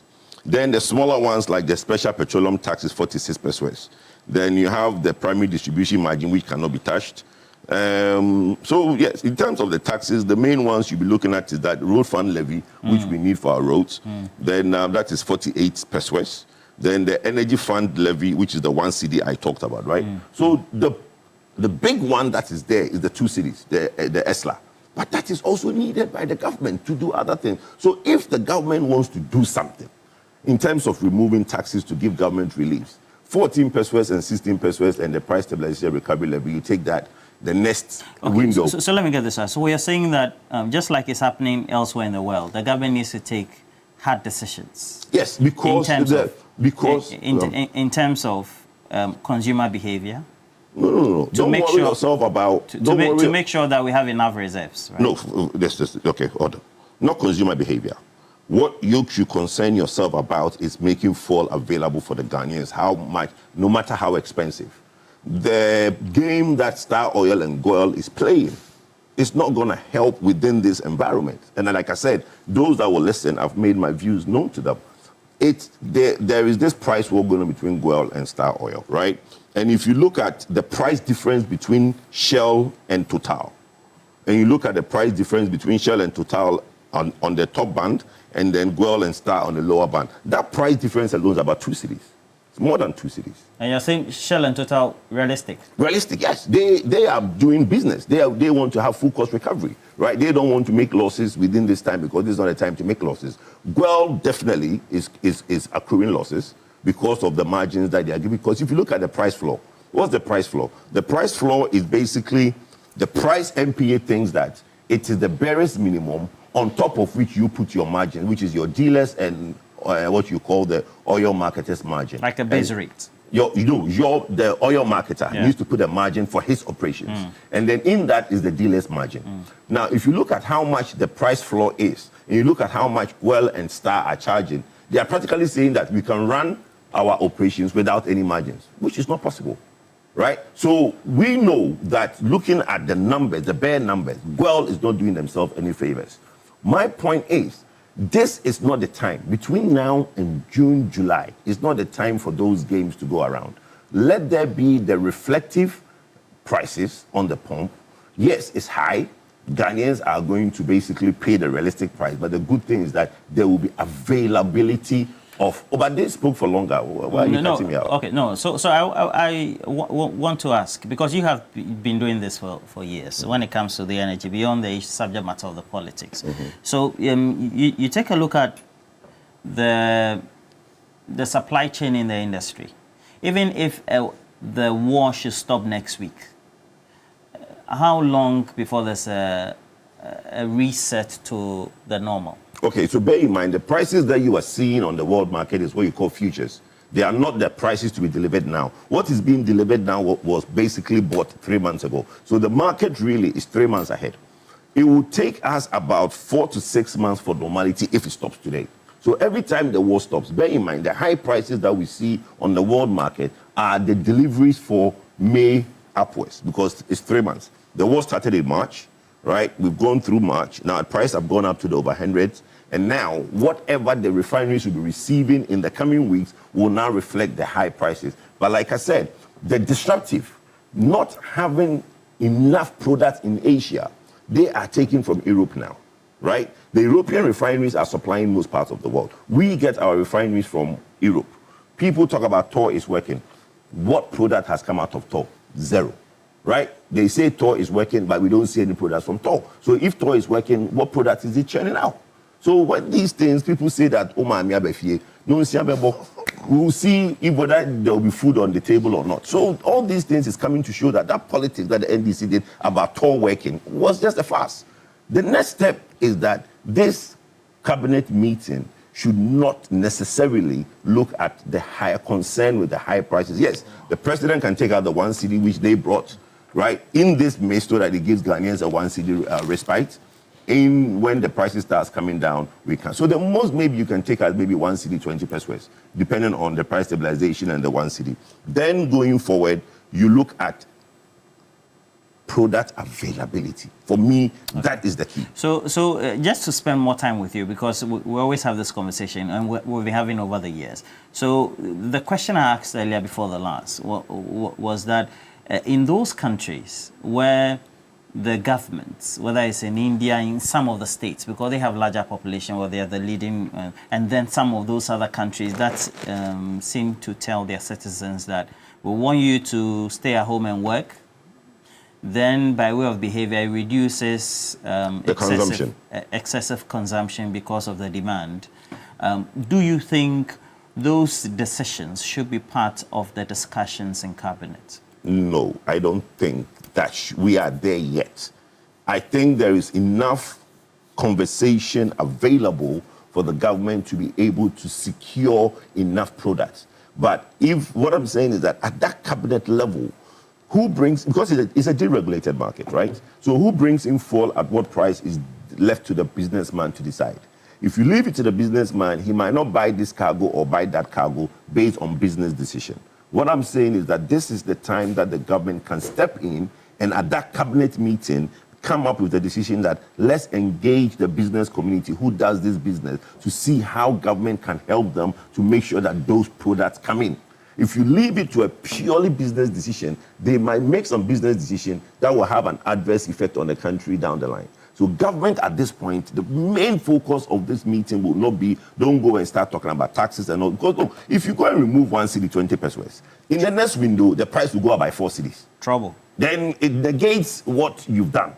But if the prices are reasonable the way it is, yes, we understand that it is the product. It is just the politics the NDC did, which is coming back to bite them. We can even look at my brother John Jinapo's solution, which is that, we are net exporter, so the government gets money from crude. Like my brother said, you are 75 budgeted for your budget, you are now making $125 per barrel, multiply that and give Ghanaians that money to support ourselves. But 2024, we got over $1 billion, but last year we just got just a little less than 800. Yes. So it's dwindling. So that's the point I'm making, that the government can even make that money available to the Ghanaians because they need it for the big push that they can fund.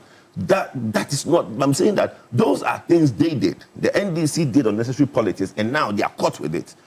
I have always advocated that 3 things we shouldn't use for politics: electricity, petroleum prices, and certain developments. Because those are things that are not really within your purview. It doesn't matter what you do, you come into power, you don't have control. So I don't do politics with those things, unless when my brother Suhini comes in and start saying certain things that I have to rebut. But clearly, my position on this matter is that government should go into that cabinet meeting to look at product availability. If not, we might be in for a rush. And so, Dr. Tutubuai, how do we make sure that we nuance this conversation in such a way that the consumer on one hand, who is the Ghanaian, doesn't become the grass that is suffering just because a conversation is steeped in the politics of it, when realistically you see what Kojon Safwa Poku did this morning to look at it from an industry and the larger worldwide commodity perspective. So, good morning to you. Good morning to my co-panelists. And good morning to our viewers. We wish them happy Easter and though belated. And we also ask that today is a holiday. We celebrate it in modest. And not on this conversation. No. At all. Papa Ru, I think that the right question has been asked. Obviously, when 2 elephants are fighting, the grass tend to suffer. And so, as other speakers have rightly said, the war between Iran, US, and Israel, is causing a lot of financial havoc to the world, and especially when it comes to world economics. Obviously, in Ghana, we cannot be exempted from whatever is happening. And that is the reason why we are seated today to discuss some of these things. I feel strongly that I will start with the call by the president, to sort of... What did the president say? To convene a meeting, to review the taxes and levies on petroleum products, to see if something can be done, to cushion Ghanaians. And once that is done, I think that the grass is not going to suffer as it is. What it means is that we are looking at areas where, the government can actually focus. People have talked about, the levies being so much. And when you look at the books, you see that, the taxes on petroleum products ranges between 35% or more. And that is where experts are calling that, the government should do something about it. My readings point out to 3 specific areas that the government can look at and probably cushion Ghanaians. One of them has to do with the petroleum product levy. The second one has to do with the special products, tax, and then the sanitation and pollution. Are you speaking from the point of looking at revenue, meeting your expenditure, or exactly. You're just looking at the items? I'll combine all, because obviously when you look at the petroleum levy, right, what it has been able to achieve, all right, for this time, government has been able to gather enough money, at least over 393 million, dollars, to pay for the IPP debts, all right. Now, what it means is that if government has been able to pay, some of the debts, and I think that for now it's left with about 1.1 billion, dollars to be paid. What we are seeing is that now that I think lawyer was talking about windfall, right? And one of the areas of the windfall has to do with the export of petroleum products. Okay. Export of crude oil. Crude oil, yes. And what it means is that looking at the current increases on the world market, Ghana is going to generate over 8 billion, all right, cedis from that. Now, out of the 8 billion, our projection was that the 1 cedi levy was going to give us about 5.7 billion annually, to cater for that debt. And so when you do the mathematics of it... 5.7 Ghana cedis. Ghana cedis, yes. Yeah. When you do the mathematics of it, what it means is that government can pay off that debt and still be left with about 2.3 billion. But you see, that 1 cedi was not to pay debt. 1 cedi is to fuel the plants. It's for money for the fuel, not for the debt. I think the minister clarified it that the 1 cedi extra was not to pay debt. It's to basically, there is a shortfall in buying gas and also buying what do you call it? No, I think the liquid, in total, the liquid fuel. Liquefied petroleum, which is the LPG. Not the LPG, crude oil. Crude oil, HFO to fuel the plant. So that is what the 1 cedi was for, as fuel, for money for fuel. It wasn't to pay the debt. Yeah, but I think that on our platform here, we also discussed and then we realized that it was about, in total, it was going to be about 1 cedi, 78 pesos. Yeah. 1 cedi, 98 pesos. 98 pesos, yes. Okay.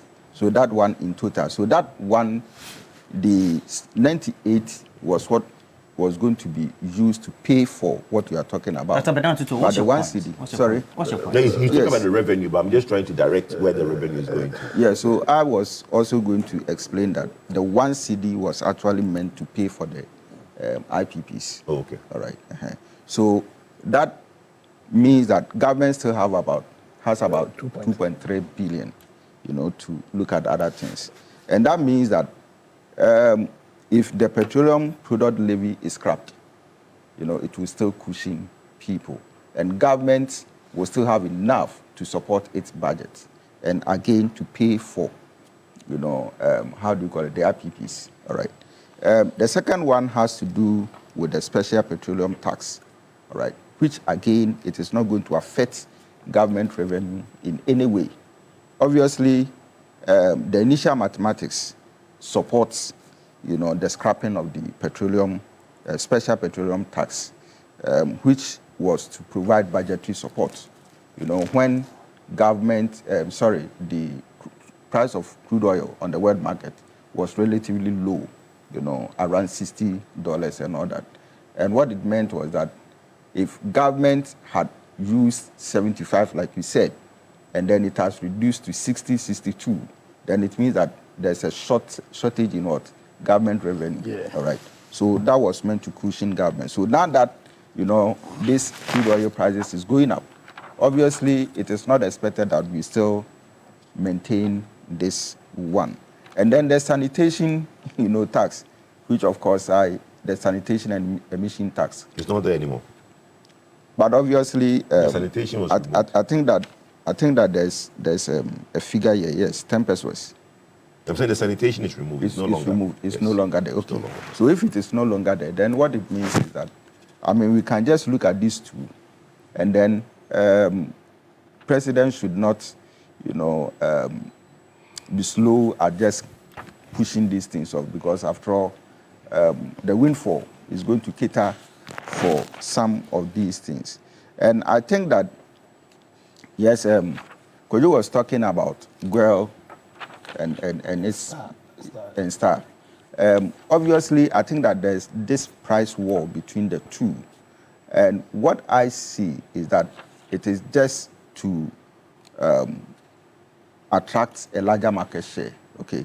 So on the side of the OMCs, Star and then Guel, it is something that when you live in a market where competition is very intense, price war benefits, consumers. Yes.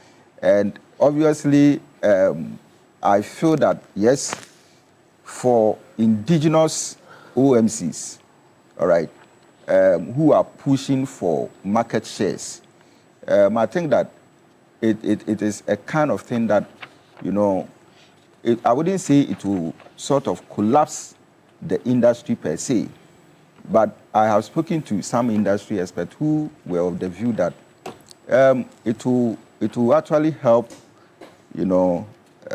these firms to stabilize and also to strengthen, their capacity going forward. What it means is that once consumers are protected within this line, it gives that kind of cushion, to the consumer. We are not expecting, the threats from GPRTU, to hit so much, okay? Because my point is that looking at 11 cities, to 13 cities, I want to believe that GPRTU, should also consider the fact that when prices, fuel prices were down, were reduced, and we are calling on them to reduce lorry fares. What they told us was that it is not only fuel that increases fares, but other things. We understand, but we saw that they were just giving these excuses, to maximize their profit. Now that prices prices seems to be going up, we don't expect them to also come up to tell us that they are going to increase the price when, they've not sat down with government and relevant stakeholders, to negotiate. I feel that should be done because I don't see the margins to be that high enough for them to be in a hurry to increase, fares. Okay. So it's important that you also undertake stakeholder engagement before you go into that cabinet meeting, but also take a considered view of what Kojo Nsafu-Apoku is saying, not only as a politician, but also as an industry person. Now he runs a very strong civil society organization in the sector as well. But it also means that a key policy decision or decisions need to be taken by government in their considered view to ameliorate what the livelihoods of the ordinary of the Ghanaian will be. A viewer said I shouldn't say ordinary Ghanaian, that everybody else is ordinary. That's right. Yes. That's right. I think that in principle I don't disagree with many of the concerns that the two of them have raised. But you see, Roland, it is important for me to briefly respond to many of the issues my brother spoke about. Which one? Which one now? Which of them would you want to respond to? So you see, he knows himself. You see, but Roland, you see, yes. Kojo Poku, you see, first of all, I think that it is fundamental to any watcher or even a first-year student of political science and political economy that one fundamental plank of policy and politics is comparative nature. Yeah. And so I do not have any iota of love for the NPP. Indeed, left to me alone, around this table, I would finish my submissions without actually making references to the NPP. What's your point? Because I have no love for them. What's your point? But you see, the comparative nature of policy and politics demands that at every step of the way, you keep the Ghanaian people aware of the kind of situation that was prevalent and what we have now. And when that is done, and it unsettles you, it is not my making, it is your record. Like I indicated, left to me, I wouldn't want to go there. But it is your record. And so Nini, are you saying that this argument should not be made in isolation? No, it cannot. And that's why I'm telling you that he knows it cannot. You see, when they get the platform, they rejoice, they are excited about what is happening even externally. And what do they tell the NDC? Fix it. When we were talking about external measures, you people were dismissive. My responsibility and my job is to let you understand that what appears to be the same in form is not the same in substance. And so when I do that, it is not politicizing the matter. It is simply distinguishing the matters. And so don't be unsettled by it. It is your record. And no, I'm just telling you that don't be unsettled by it. It is your record. You see, and secondly, Roland, he said that he made references to lower prices and the fact that government boosted. Indeed, when we inherited the situation, it was dire, it was bad. And we rolled out policy interventions that was ultimately intended to ensure that the burden was lessened. And we succeeded, if you remember, to a point that even Star Oil Ghana communicated to the good people of this country that they had the capacity to still further reduce prices. Actually, Kokutieku still does that. So. Yeah, so precisely because of our interventions. And so because if it was easy to be done, I'm pretty much convinced that the MPP would have done it, especially even in an election year. They would have reduced the prices. But it tells you that that economic foundation was not there, but we have it. And so if I make references to the fact that these are the issues, it is not politics. These are the realities. Ghanaians need to know where we are coming from and appreciate the steps of this government so that they can support government even in our quest to find mitigating avenues to deal with the current external pressures. And again, he said that government cannot do anything about the prices. That is the psychology. I never said that. Oh. I never said government Can you cannot. play him I said back? I rather government does not. I never said government cannot. No, he said you know the group. So then maybe if you are revising your statement, but they can play it back. Yes, even those who are monitoring us can rewind and play it back. You said government cannot. And I thought we could have this conversation with the MPP and this. Yes. It looks like MPP and it's not about me. It is about the principles of engagement. He said he's not letting you get Yes, it is about, you see, I am not one who would allow you to also use your kind of politics to dent the efforts of the government. I've corrected. I didn't say that, so go ahead. So, no, if that was not your intention, fair enough. But I can assure you that government can do something about the prices. And His Excellency President Mahama has signaled that indeed government would attempt, based on the policy discussion, to formulate a policy out of the situation. But one thing is critical.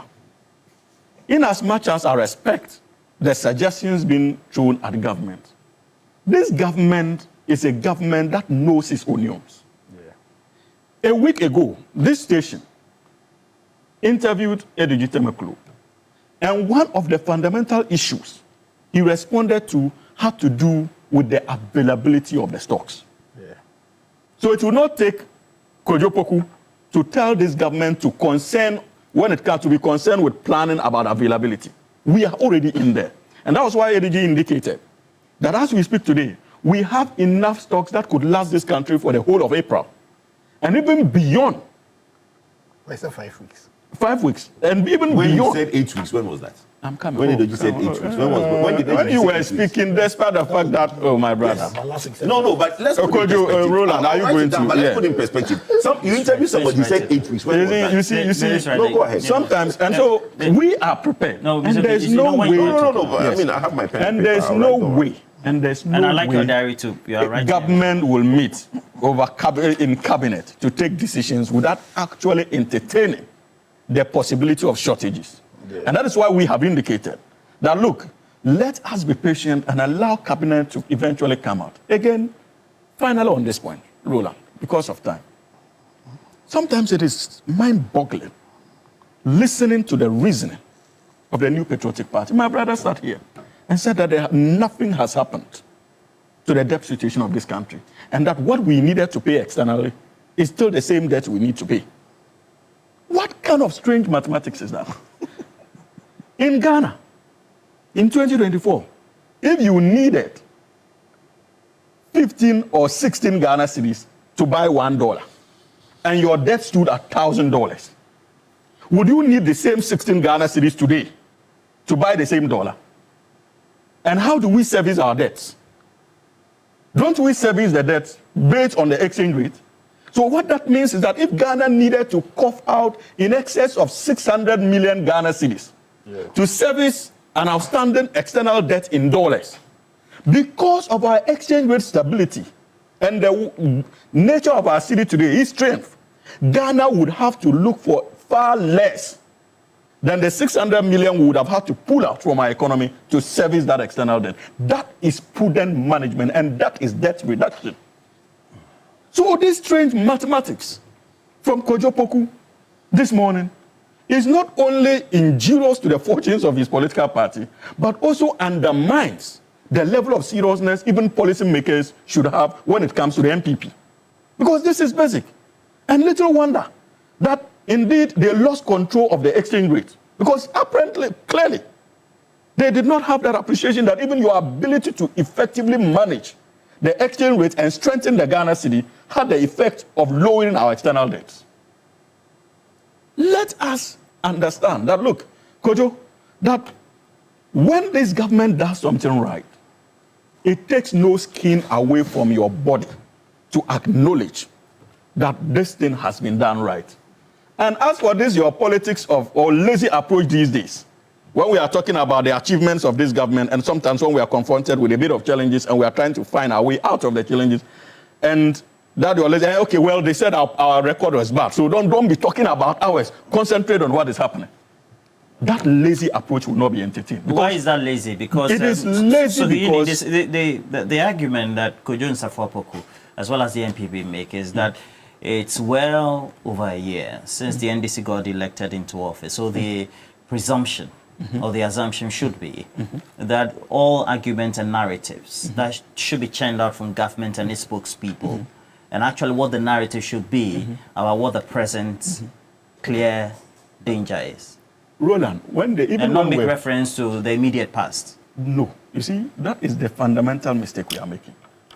When we were campaigning and promises were made and criticisms were leveled, we were not under an illusion that in a matter of 1 year, 6 months, we would be able to undo the mess these guys use 8 years to create. Let us not deceive ourselves. I think that from day one, we knew that the kind of havoc that they subjected this country to in the last 8 years was dire. And it would take superior intervention and reasonable time for us to be able to get out of the woods. We would not accept the failures of the MPP simply because we have been in office for more than 1 year, 2-3 months. Absolutely not. There's a need for us to understand that the effects of the policies or their interventions would follow us even as to 2028. You can't do anything about it. Roland, the debt that we are having to service, you think that Ghana can service that debt in a matter of 1 year? You mean the or 2 years? one restructured? Yes, even with the one restructured. You think that we can service it in a matter of a year or two? Roland. It will take us more than 4 years to be able to service those debts. And so, I respond to something. Kojo, no, please, Kojo. Let me land on this point. Please, I would land. Be patient. Why are you jittery? He's not jittery. He's an experienced commentator. He's not jittery.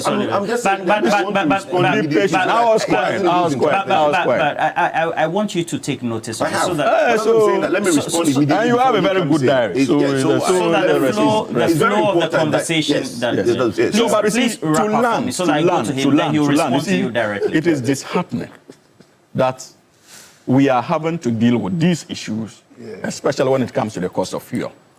No one can discount the economic cost it will have on the Ghanaian.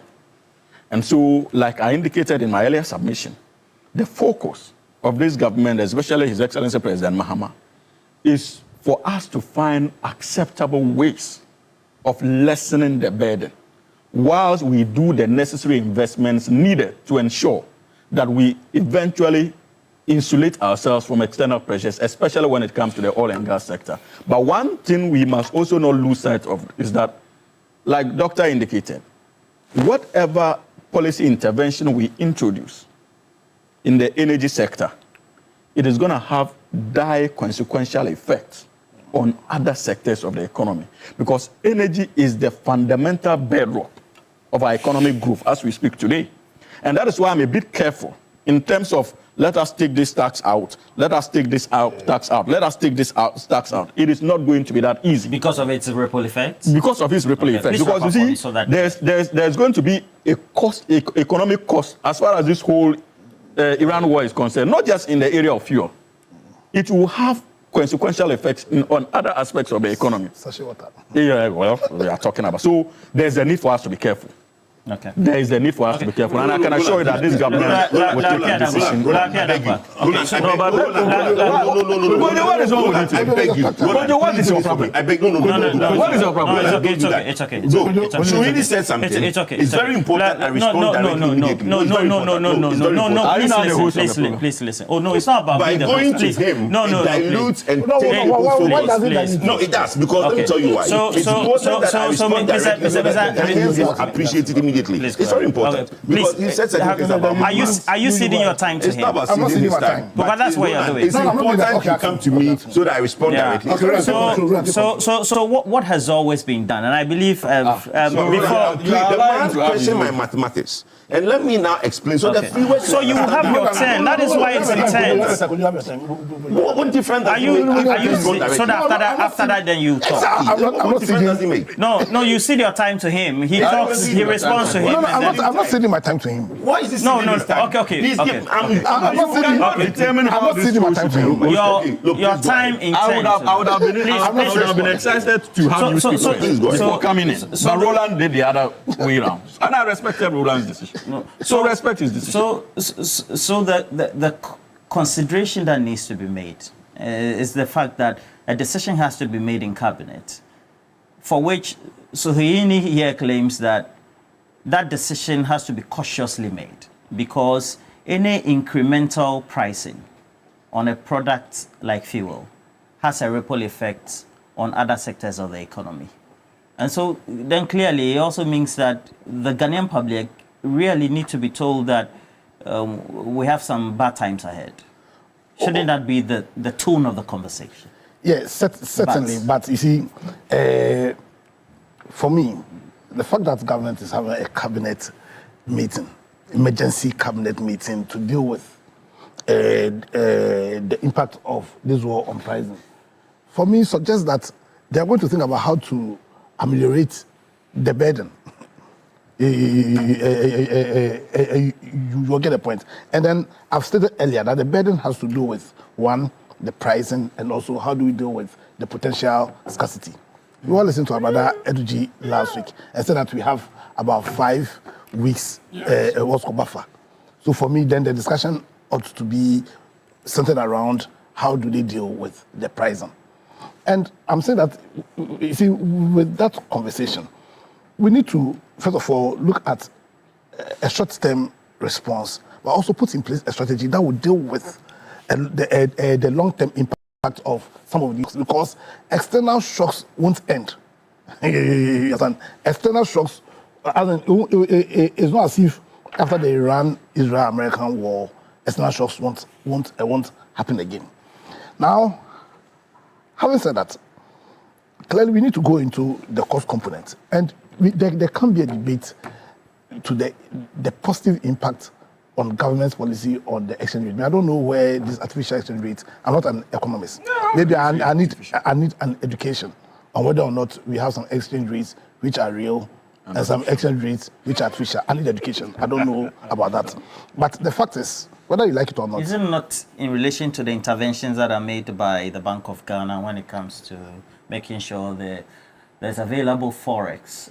Based on an assessment of demand by the market. But you can only make those interventions based on your reserves. If you don't have the reserves, you can't make those interventions. Please go ahead. And per the Constitution, the fundamental duty of Bank of Ghana is to deal with issues that pertains to what's called forex rates, beyond inflation and all. So yes, government has done well, but for me, I'm still hammering that we ought to have more or less a permanent strategy to intervene when there are these shocks. And for me, I feel that, you see, when crude prices goes up, even though the price of fuel to us the consumers also go up, government gets a windfall. So I'm just calling on government that they should look at that and find strategies of using that windfall as a means of cushioning the price. And secondly, to look at the structure of this economy. Because for me, that's the fundamental... From Gajisbergian to an economy that has value. Because that's the fundamental reason why we seem to be vulnerable whenever there's these external shocks. To the extent that the price of sachet water is going up by 20 cedis per bag. That's how vulnerable our economy is. So there can't be a discussion about this intervention without looking at the structure. To be fair to the economy... 5 cedis per bag from... No. From 10 to 1, from 10 cedis per bag to 15. From 9 cedis. No. It's 50 rand. It's 2 cedis. But it's even coming. It's 2 cedis. But I see. It's not the first time they have announced that. But to be fair, already, I think as part of their campaign promises and as part of the policies they've rolled up, they identified the 24-hour economy as one of the means in which we're going to deal with the structure of the economy. Once again, I hope that, unlike how we've done things in the past, it won't just be a mere rhetoric, and that even beyond they passing the law, there'll be real commitment at doing so. And finally, you see, we need to understand that in this our politics, what you do in the past cannot just be swept under the carpet because you have lost power. We are writing a story for this country. I don't understand. I said, we are writing a story for this country. And that story, the first 2 chapters were written by His Excellency Jerry John Rawlings, aided by the NDC. The third and fourth chapters were written by His Excellency John Ajikun Kufuor, aided by the MPP. Understand? The fifth and sixth by Atta Mills and Professor Atta Mills. You see, so all these stories we have written cannot just be swept under the carpet only because somebody else is in power. Because at the end of the day, people who have aided in the writing of those chapters will make the arguments, will make points, and we will judge or we will juxtapose the points they make by what they wrote when they had the opportunity. You understand? And that's why we say everything we say will be put in proper context. You understand? So we should recognize our story. We should recognize the fact that they will serve as a context for what we say and how people believe what we say we can do. You understand? And at all times put the interests of the country. So for me, all of us, we shouldn't run away from our story. You understand? Because the credibility of or not of what you say will depend on the context. And that context is what you wrote when you were given the opportunity to write a chapter in the story of this our country. Well, nobody runs away from their story. What we say is that you are the one in power. Fix it, do the work, and stop repeating stories. Everybody owns their stories. It's their story. Look, let me spend my time educating our viewers and educating Suhini on something. In Ghana, government has revenue. The primary revenue of government is in two forms: taxes and when we export, right? So government earns revenue from export and from taxes. I can give you our taxes, my brother, please let me speak. Our taxes are in cedis. Our exports, we get them in FX, in dollar. Yeah. We do not use our taxes to pay our debt because it's not enough. He is laughing, but his own finance minister came and said that he could not have enough revenue to pay salaries. He has to borrow 17 billion to pay salaries. His finance minister said that in 2025, he borrowed 17 billion to pay salaries, telling you that his revenue from taxes was not enough. Now, when I say that when you artificially put your dollar at a lower amount, it affects you. Let me explain why. This is strange. Let me explain why. Not even a first. Let me explain, my brother. Let me explain why. And have you ever sat in an economic take notes. No, please take notes. You say you should take notes. When you export, what do you get? You get dollar. You are borrowing domestically, and your domestic debt is going up. When you bring that dollar in, and your FX to the cedi is 14 cedis, and it's $1 million you are bringing in, wouldn't you get more money to pay your domestic debt? I don't understand. So you rather if you have are, the my brother, it's what I rather. Please listen, Roland, stop that thing. Listen, when you borrow domestically, you have a cedi debt, and you export your things outside, and you earn $1 million. If you bring that $1 million in, and your dollar and your cedi is 14, you will get 14 million cedis to pay your domestic debt. If somebody fixed the dollar at 10.5, you get 10.5 million cedis to service your domestic debt. So you have 3.5 million Ghana cedis less for your domestic debt. I'm asking, are you saying that you rather have it at 17 Let me finish Ghana what I'm saying, my brother. Please stop that. I keep telling you that. Listen, when you are to pay your foreign debt, you don't pay your foreign debt from your taxes you receive locally. You either go on the roadshow on the international market and borrow to now offset the debt you have externally. So Ghana, we have never, anybody can bring the books from day one till now. We have never paid our debt with local taxes. So when you say that, when you are now taking the cedis to go and pay your debt, wouldn't you need less cedis? What cedis? You don't collect enough cedis in Ghana to pay any debt. You don't. The data is there clearly. From inception, we have never collected enough taxes to pay anything. All your government revenues in oil, your government revenue in oil is in dollar. So if you are coming to bring your dollar oil revenue in dollar, the $770 million that we got last year, if you are to bring it to Ghana to pay your debt, you have artificially shot yourself in the foot because your dollar to the cedi is lower.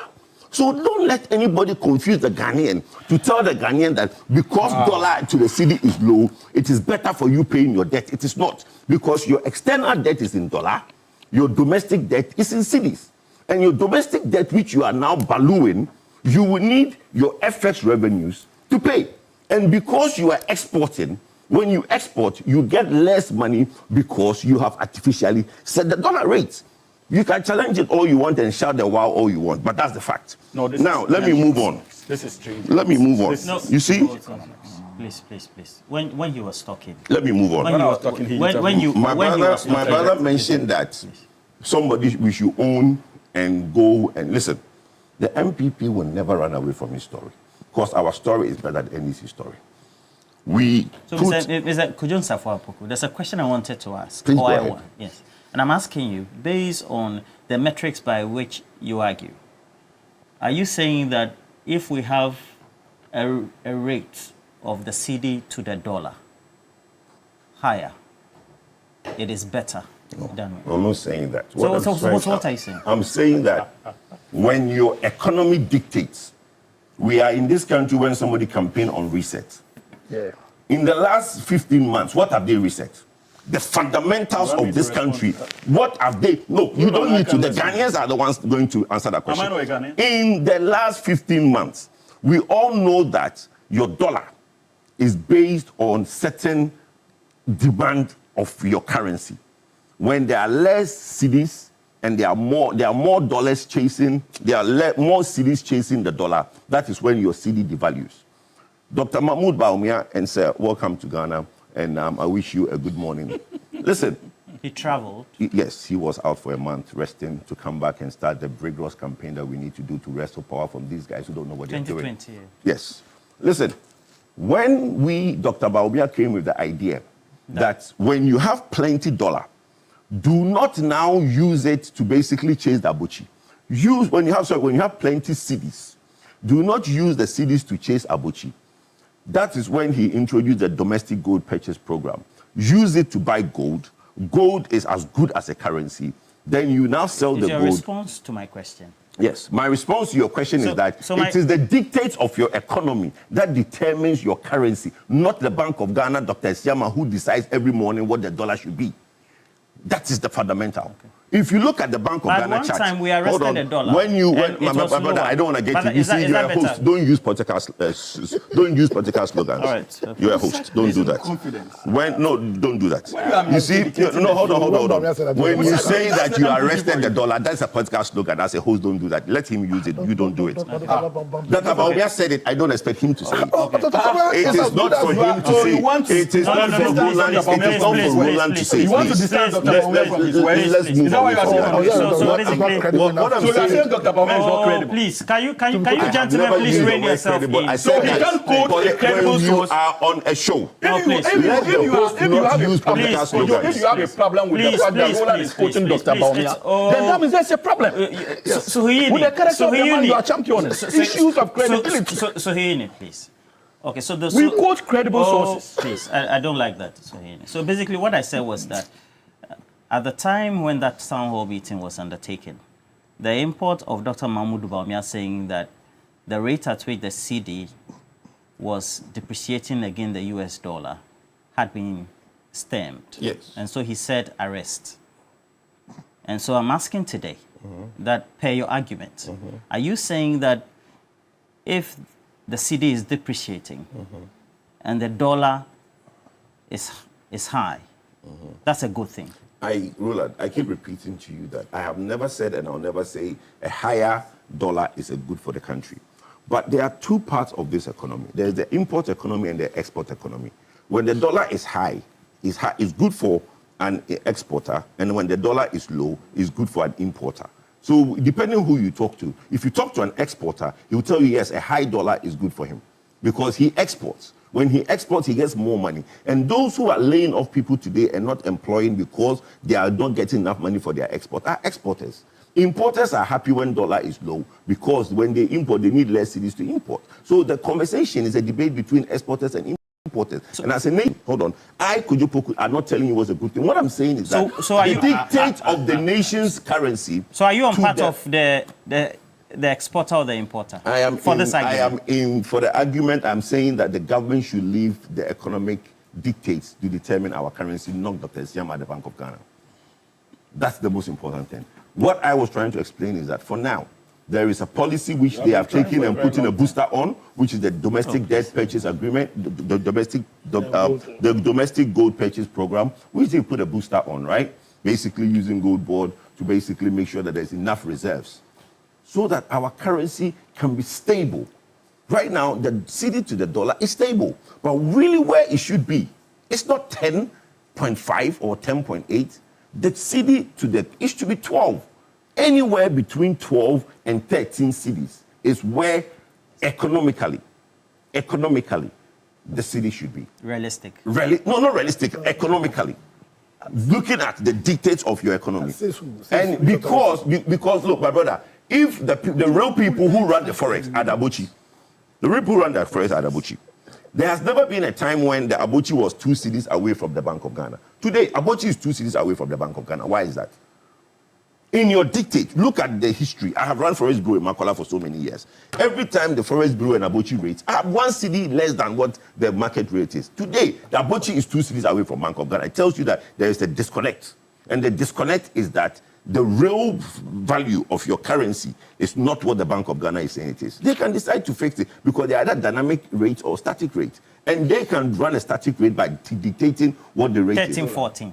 Or what do you say? No. 13. Oh, my brother. You see, the mischief will not leave you. But let's move on. Right. The mischief will not leave you. Dog, will you give your time to me? No, he doesn't have any time. So at the end of the day, how do we have these conversations devoid of perhaps political insinuations, and then we make these conversations very dispassionate? So it all boils down to the 2 major political parties and their representatives. I think that issues of national discourse should be seen as such and not probably to accuse and defend, right? I believe strongly that at the end of the day, whatever it is in terms of dollar, in terms of CD and all that, is the average Ghanaian who matter, all right? And so I want to believe, I mean, Kojo is talking about the issue of importers and exporters. It is the importer who brings in goods, isn't it? From China, from US and the stuff, all right? It is the same importer who brings petroleum products, isn't it? Yeah. All right. So as and when the dollar is going up, it tends to increase prices. And that is why we suffer from this inflation and all that, you know. So the bottom line is that the verdict belongs to the average Ghanaian on the streets, the buyer. Yeah. So if the Ghanaian buyer is going to put up a verdict and say that, look, prices are going up, standards of living is going up, and therefore the government in power is not meeting my needs. At the end of the day, who suffer? Politically, who suffer? All right. So when we sit and we are discussing, I think that it is a contest of idea. I think that it is about suggestions. Yeah. And it has nothing to do with, I mean, my party did this, my party didn't do that. Let's look at how we can put ideas together so that the Ghanaian on the street become the beneficiary. Whatever it is, we agree that politicians go into contest. And that contest, what happens is that at the end of the day, whatever the Ghanaian is saying determines whether your government will stay in power or your government will come to opposition. All right? So for me, it's about coming up with decisions, it's about coming up with policies, you know, that will benefit the Ghanaian. That is when, at the end of the day, you go into an election and probably you win. So what is strong or what is bad when we decide that, okay, I sat on this show, you know, I got this idea from here, and if I put it, you know, into my views, it is going to help me probably to stay in power. At the end of the day, it is not a matter of where you got the idea, who is going to contest you, all right? But it's about the decision on the ground, the implementation of a policy that will relieve the ordinary Ghanaian. I mean, I think that that is a direction we should go. I was having a discussion earlier with a lawyer, and one of the key things is that NDC, MPP, they are not enemies. I don't think that Suhini will live here and be fighting Kojo, or Kojo will live here and be fighting Suhini, right? He's my brother in civil society. You understand? So the picture shouldn't sound as if, you know, you are fighting. The picture is that you said this, probably it's a good idea, when I put it together, it is going to help. So for me, Roland, I think that, yes, sometimes it is good to jab. It is good to agree. It is good to disagree. Okay, the beauty is that at the end of the day, let's come up with that kind of, how do I even put it? Come up with a kind of model, political model, that all of us will be appreciated. All right. I am tempted to believe strongly that if MPP succeeds, you know, that's capital to them. If NDC succeeds, that's capital to them. At the end of the day, we want to see that if it is about fuel, as a driver, car owner, if I'm buying fuel at even 6 cedis, it's good for me. I'll praise the government, isn't it? And so when prices begin to go up, it becomes a concern to me. At the end of the day, my disposable income reduces. And that becomes a matter of concern, all right? If the plantain seller, you know, at Agbogboshi, is complaining about fare and all that, I mean, why would that person want to incur losses? So that burden is transferred to you, the consumer. So for me, I think that we need to accept each other, the ideas that we put forward, the policy, you know, critique. There's nothing wrong for anybody to critique a policy. Thank you. All right. And it is about you accepting it and then probably making something out of it. For me, I think that this is the direction we should All right, go. thank you, gentlemen. Because of time, we can't discuss the second issue about the increment in... Okay, so just want to... No, on the sachet water. You stick to that. Please don't respond to him. I shouldn't? No, please. Because he will take another round. I don't have the time. Okay, that's fine. So I think that's that. fair. I respect that. I Yeah. respect that. So I think, Roland, we all woke up and this to is just a minute because yes, our time we is all up. woke up Yes. to the news of the possibility of increment. But the reality, however, is that I think that this is not the first time that the association issued such a letter. I remember quite clearly that somewhere in 2022, similar figures were being bandied around. But at the end of the day, the increment was nowhere near to the figures that they were announcing. And I am a bit concerned. That is why I want the responsible government agency, especially the ministry responsible for water resources, works and housing, to engage, and Ministry of Employment and Labor, to possibly engage the producers. And let's see, because for you to be announcing an increment at a time that government even announced reduction in water and electricity tariffs is quite worrying. At the time that, Kojo, can you allow me? It was the government that announced. Can you PLC. allow me to? But is PLC not a government institution? No, it's not. The government did not announce a reduction. Please stop that. No, so can I? No, you know that is wrong. Just correct what is yourself. wrong? Just correct yourself. Sometimes the way your reasoning patterns, it baffles me. I'm being honest with you. So if ECG increases prices today, it is government, right? No, it's not. If ECG We are educating the Ghanaians. No. So when they are incrementing prices, the backlash is not government, right? No, but let me end my point. Can I land? So you cannot land with the... No, but he interjected.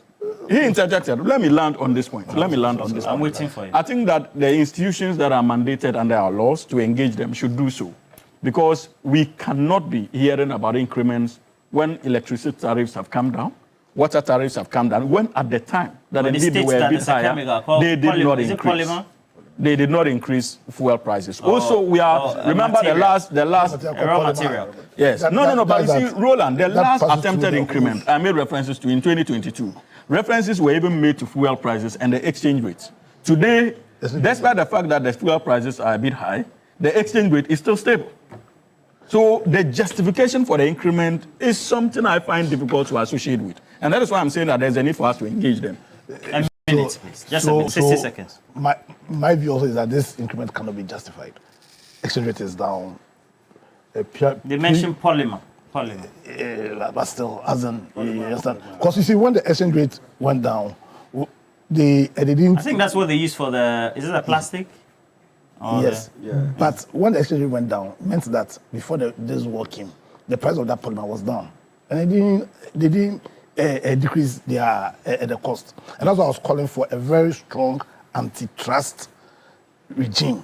You understand? We need this antitrust regime to take care of, to protect the consumer. So, in my view, I agree with my brother here. It's not a justified... Please, a capitalist nation. They don't have to announce... No price control. Please, allow. It's a capitalist nation. They don't have to announce. I don't even know them anymore why they have to announce. They go ahead and increase. Why do you have to announce anything? That's the problem I have with people. Because it affects consumers. So what? A lot of things affect consumers. That is not announced. Please, let's not go on that trajectory. We don't live in a communist country where you have to announce everything. You go to the market, something is increased. Who announces it? Let's stop that thing. You see, when we keep trying to do this, then Suhini will stand here and say government increase, government decrease. Government doesn't do anything. PULC, we live in a deregulated market. Government doesn't increase fuel. Government doesn't increase electricity. Let's educate the public and stop this politics. The association do not need to announce. Tomorrow I go to the market, Sachet water is 15 cedis. You buy, you don't buy, you go. Why are you announcing? Let's move on. Are you serious? Yes. They shouldn't announce? Why are you announcing? Why are you announcing? A minute. He actually so used that consumers 30 can seconds. plan So appropriately. I expect you to use 30 Those seconds. who will take advantage. Suhini, and then John Safapo, please. In the United States of America, they announce. Announcements have been made. That's his opinion. Circulars He has and it's a poisonous one. And that is why when they were leading, they were not given explanation to the Ghana million. That's the orientation of the MPP. All right. In the process called No, but that's the thinking of the MPP. That is to separate solid particles from liquids. And it has been used, and we can see that the prices of polymers have gone up because we've seen stabilization of, the dollar for a long time. You see, some of these things that these water producers, they are doing, I don't get it. Have you looked at their costs?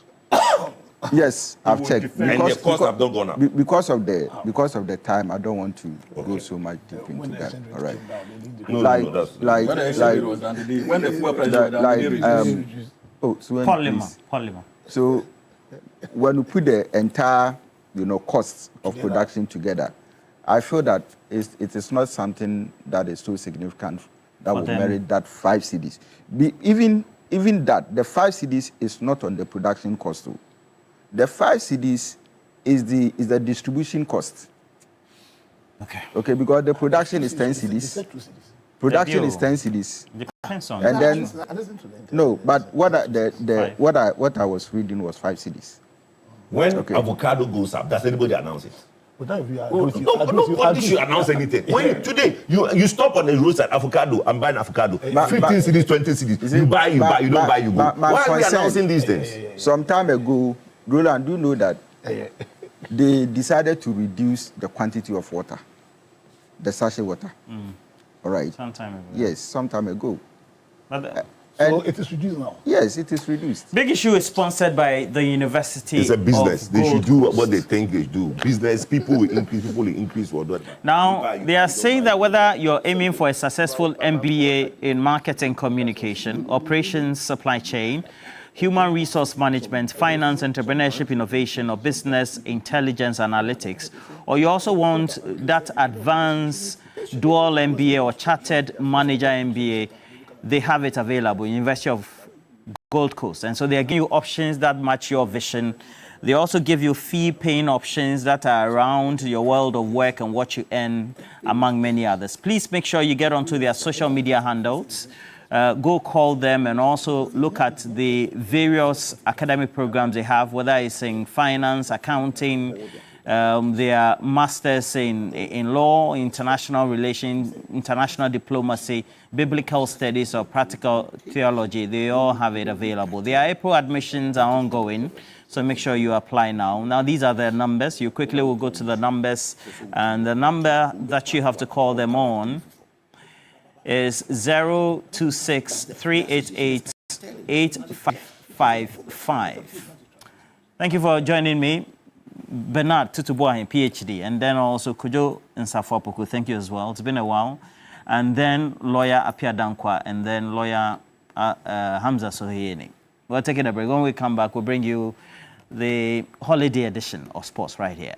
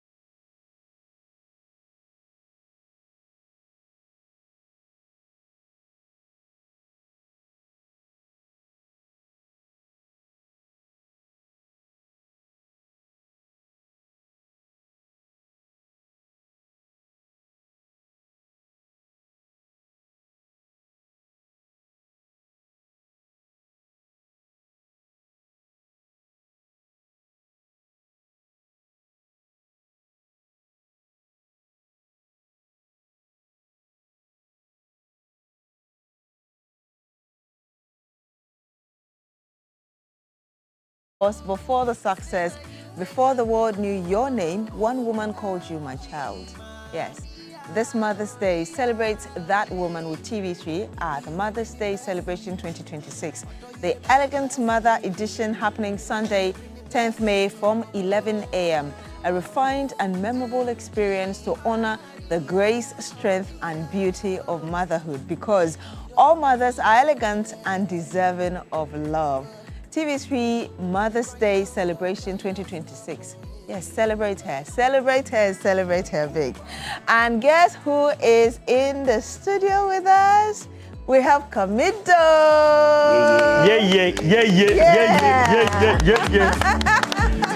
And I'm a true lover of this man, not because he comes from my region, but also because, Charlie, this man is just fantastic. And he plays soulful music.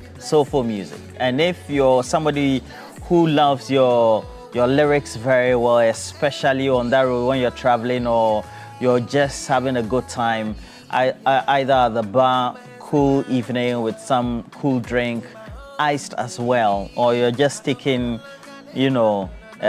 this thing, and then you're just at home relaxing in the evening. I mean, he's the man for you. And he's also good on the vocals as well. Yeah. And Kamido, how have you been? I'm fine. Good to have you. Yeah, Good to have you. Good to have you. Really. Yeah, happy Easter to you. I saw a new one you have. And for my favorite musicians on YouTube, I've subscribed to their channel. Oh, so nice. immediately they are either going to stream. then you are the real I get follower. notifications. Yeah, so. Yes. So But you know the funny thing? The funny thing is, the song we've been playing, I always dance to it anytime we played it here. But I didn't even know, because we don't normally show the artist and all of that. But yeah, so when I was like, okay, that's nice. Yeah. Yes. Yeah. But tell me, your major hit song with the Nigerian, yes, has gone global. Still a fan favorite anytime. Yes. Always associated with you. But you say that what has inspired your works?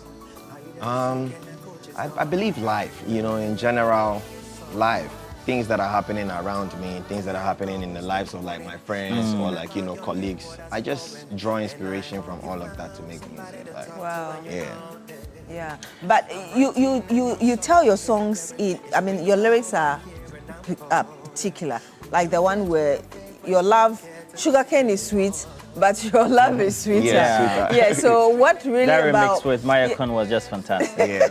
Yeah, what really about life, really? Because there are so many things you can pick, but yet you chose to. I think it was a case of like, people, certain people coming into your life and then, spicing up your life to an extent where you feel like, no one else or nothing else could have like, made your life this beautiful. And we have to be able to find the words to like, graciously describe it for, Is it certain people or an individual?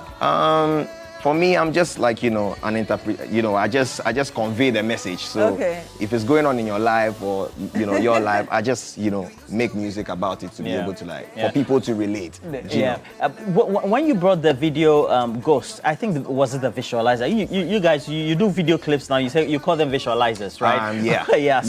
So I think after that you were, I don't know whether it was at a place, whether it was an Airbnb or something. It was a swimming pool someplace, and then you were recording at the same time. I saw it on your TikTok account. Yes. Really. And I knew that you were at that quiet place trying to put together your lyrics and then work on your new projects. Yes. What projects have you been working on? So within, I think, 2025, I did Trusting God, which was like a very personal project that I put out. So I did like an EP. Yes, 1 and 2. Yeah. So we did in total, I think about 12 songs. Basically describing my progress, my journey within 2024, 2025, basically. And then I started working on singles for this year. And so this year I began with Ride Solo, and then I followed up with Phony. So that's basically what I've been up to, and I'm still working. So trust in God, and then you talk about your journey. Yes. Can you relate to that? So basically, like, at a point, just like any business, there would be like, highs and lows. So some of the lows, we don't only have to, I feel like I should be able to relate with the audience in all aspects of my life as an artist, So it's like, when I describe or when I share the highs with you when I'm like, all over the world, and also the lows when maybe things are a bit tight, I should be able to like share with the world to be able to like, inspire people. And that's what that project was about. Yes. So for example, funny, you said that when you're with somebody else or you're with somebody, for example, your beginning lyrics, for example. Yes. Been a lot of times that I've been with someone pretty like you, but and the world. And for us, the audiences and those who tend to patronize all of you, we seem to think that it's due to an experience in life. But what would give you an inspiration? Is it, for example, what has happened in someone's life, or what you think is the inspiration you need to give to your people? When I'm making music, it depends. Like different things will inspire me. Like sometimes it would be maybe like a close friend who's just broken up or who's just found love, and it's like, I'm like, I like the way you're feeling, so I have to like, be able to make music about that. So I try to like relate to like real life situations, not necessarily in my life, And I was listening to it about just 12 hours ago in my car. And Easter came. So I go vote a small. Let's go. Let me, Charlie, up this. The song make I hear. But that's why I say please don't go funny on me. Don't go funny on me. Please don't go funny on me. Don't go funny on me. I feel something for you. Don't go funny on me. Cause I got a lot of things to share with you.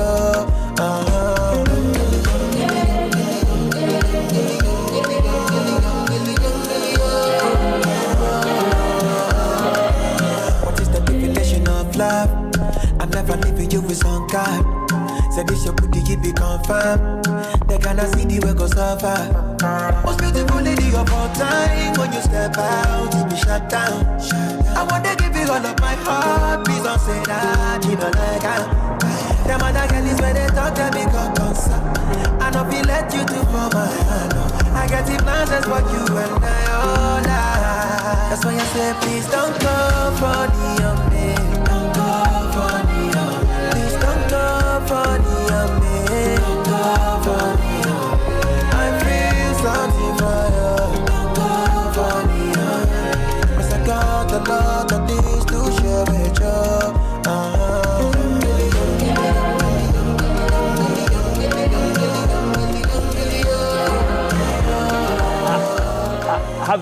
Have you given consideration to the fact that when you come with this mid-tempo, pure Afro pop kind of songs, you ultimately even do better if you do good features with some mid-level strong artists? Yes, it always works out. It works out like that, I think it's been that spot, but I always try to like, go a little bit to the right, a little bit to the left, and then come back to the middle again. This is my thing. Like this is, This is you. Well, in your quiet moments, what gives you the inspiration to put the lyrics together? For example, if it's for funny or let's say write solo, right? Yes, write solo. Sometimes, like me, my mind is all over the place, and I can just pick wherever my mind settles on, I just, and also depends on the beats too. Sometimes, like with Phony, I was hanging out with my friends, and I struggle with insomnia. So it's like I was hanging out with my friends 1 a.m. The producer sent me the beat. Shout outs to Naughty Boy Tattoo. And then I was listening, and I left my friends' house like I have to record this song. Go home around 4 a.m. Recorded the song. Was done by 5 a.m. And so what, like out in the night about. And you are just getting the rhythms. Yes. So what do you do? You record them, or what do you do? So I drove fast, as fast as I could, because normally I don't like to. I like as soon as I like to record as I'm feeling. I've gone past the stage where I want to write and sieve through. I like to deal with the spirit directly. So it's like when I'm feeling, and then I'm just putting everything there, and I mean, you talked about inspiration for the lyrics, but what about the instrumentation? And I noticed it through the songs, at least we've played so far. Fantastic, very nice instrumentation. What informs the instrumentation behind the lyrics? So basically, the producers will send me the sketch, the foundation. So, and I produce as well. So with this particular song, we recorded somewhere October 2023. you know. Oh. And in 2024, I flew to London, like UK, and then I met this producer friend of mine as well. I was like, you know what, I have this idea of us fleshing the beat with like some guitars. Yeah. You know, so basically got that in, added that, you know, came back to Ghana, and then we worked on the 808s and then the log drums. So who mastered it? Ade Adeleke. Yeah, he's been behind most of my songs. 2023, and you released it 2 days ago. Yes. Why? Why? Tell us. You don't also get inspiration like him, always do that. They may record a song for 10 years and decide to release it 10 years later. Yeah. You know, so you actually, like, until I feel within that this song is done and it has to come out, I don't put it out, you know. So I've heard people say that music, sometimes it takes time to craft it. Yeah. If you want it to be ageless, it takes time to craft it. Yes. But Just I like hear wine. you. Yeah, exactly. But I hear you say that when the spirit is on, you want to record. Yes. How do you balance that? Recording something you want to be timeless. Yes. And yet you're going with the spirit to immediately record it. But the other story I've heard is take your time to craft it, let it brew properly. Yes. So, you know, so the basics are done. When you do the basic record, for example, with me, I will always record the basics and then keep it playing. You know, so maybe within the whole week, I'm, you know, playing and I'm like, okay, cool, I want some backing vocalists to do something here. I want some choir, or I want, you know, so with time, I'm adding up until I realize that this is really complete. Then I send it for like mastering. The high point of your music always is going to be sugarcane. Do you think that for those who love you, including myself and everybody else around who are your fan base, because of where sugarcane reached and is currently, you always are racing in time to make sure you get to that point, that peak? I mean, I'm thankful for like the experienced people I've worked with. I've moved away from that. You know, I actually remain an artist, you know, where the fame and then the things that come with the fame wouldn't have to necessarily like influence what I put out. So with this song, like I'm saying, like I will take my time and, you know, enjoy the process of like, you know, getting back to that spot. It's beautiful. I'm not gonna lie. The money, the freebies that you get, like it comes with a whole lot. But it's also good to like, you know, understand the you know, the seasons. You know, that's like as I was saying to you, like so when it's the low seasons, you know how to actually ride the wave. When it's the, you know, high peak, you know, actually, and that's I mean, that's really a nice mentality, I mean, to have, knowing that the spring, there's that, so which season you embrace every season. Yes. Yeah, and you just look good on TV. Let me just, please put him on TV again. You just look so good. Thank you. Yeah, put him on TV again. Him. Yeah, just look so good on TV. But Charlie, make music, make it go up. Funny. Make us so come, make us so. I wanna give you all of my heart, please don't say that you don't like her. Them other girls where they talk to me come concern. I know we let you do for my hand. I get the plans, that's what you and I all are. That's why I say please don't go funny on me. Don't go funny on me. Please don't go funny on me. Don't go funny on me. I feel something for you. Don't go funny. Got a lot of things to share with you.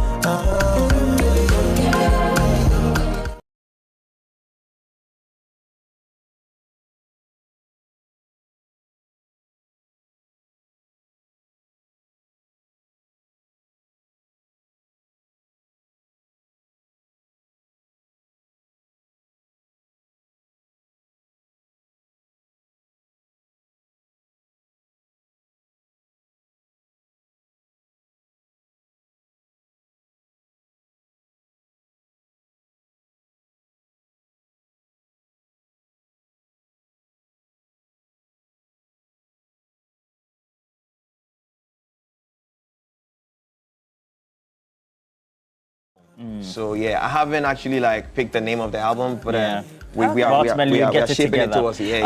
Who do you aspire to work with based on what inspires you to be on the album by way of features and collaboration? To be on the album, if I'm gonna be honest, I'll definitely want to work with Bruno Mars. You know, I want to work with Bruno Mars. I like his songs. I love Bruno Mars. I think he's an amazing. Bruno Mars. You know. What about locally? Locally, I don't know. I love Sinaso. I love the amazing artists that we have, you know. But I just feel like right now with where you did a remix. Was it NFL or NLF? NLF. Yes, nothing lasts forever. With Kevin Boy. You know, I tell you, I'm your great fan. So like Kim Paluta,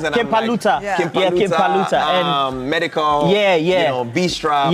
There was Lyrical Joe. Like there's about 6 artists that we had, which was amazing. Coded of Fox 4. Like I wanted his voice on that as well. So well. I love making music, to be honest. But why Bruno Mars, though? I mean, I saw the latest clip from him.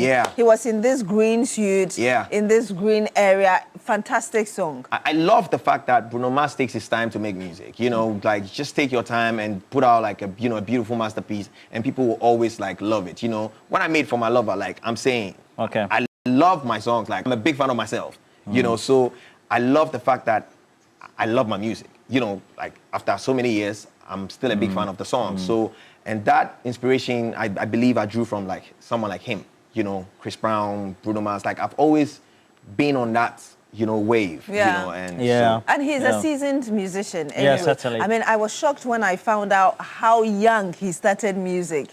Yes, but anyway, did you file for, is it TGMA now? Oh yes, I did, but I didn't get any nominations. No, you didn't get it. I didn't get any nominations. I mean, with your goals, nice, I was really like amazed because we work, you know, over the clock, like to make sure that, you know, we goals. I love the visualizer. I love the video. That was such a. I said to people that I told people like this is one of the best written Ghanaian songs of all time. Your goals. Sure. No cap. You know, so but then I understand the board has. You know, there was one day I was driving. I was driving to Oseno. And I was just cool like that. You know, when you're driving to Kumasi, traffic and people overtaking, but I just took it at 80. And I was, and there's one friend of mine, of course, he's also a politician, and Edu Jitamaklo, watching us currently, and he's Big Daddy. He's a big fan of yours. He's always talking about Kamido. When are you bringing Kamido to the studio? I never really thought a politician would be such a fan. And he's such a nice. He says you're gentleman. He's always saying that. Look, that guy is a great musician. Man. That's my papa. Nice. That's my papa. But if you have to take a look at the scene currently, and how social media becomes a topical point by which you ride on to be able to produce good music for young people. What do you think will give you the next inspiration to produce some good song for your next project? For my next project, I believe, you know, I believe it's just the serene, you know, like the peace. You know, I would definitely just want the peace. I love the sea. You know, so normally I would drive back home to Aflao, sometimes maybe stop by Adamu and just chill by the river and be there. It gives me so much, like, you know. You like the breeze. I love the beach. You should have been Keta this Easter. I love the beach. I love the beach so much. So for me, if someone is going to like give me a very cool land in Adamu, we already have a home in Aflao, I would just, you know, be there. Yeah, put a structure there and just remain there and make my music there. And soak in the peace. I was saying earlier about how I love your mentality of not only embracing the high times, but also the times that people would normally consider low. What would you tell young and upcoming artists who think that it's all about the glamour, it's all about the shout, without thinking that there could be such moments as well? I mean, just take it easy on yourself. You know, I feel like people get, you know, influenced a lot, and then you are pushed, you are pressured to want to like impress. You know, I would gladly stay at home and relax and let you guys do your thing, because it's like I'll have my moments, and you know, I'll make sure when I come on the stage, I make sure that my lifestyle and everything would inspire, you know, and motivate and add value to society. So if I don't have that to offer, I want to stay at home. I know you musicians, you always love your sound check to be right, and we don't have the right sort of mic for you, etc. But play the music again, and let's see whether he can do some backup renditions. Funny. Please start it up. Let's go.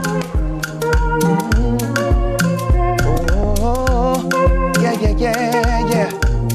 Oh, young gilly.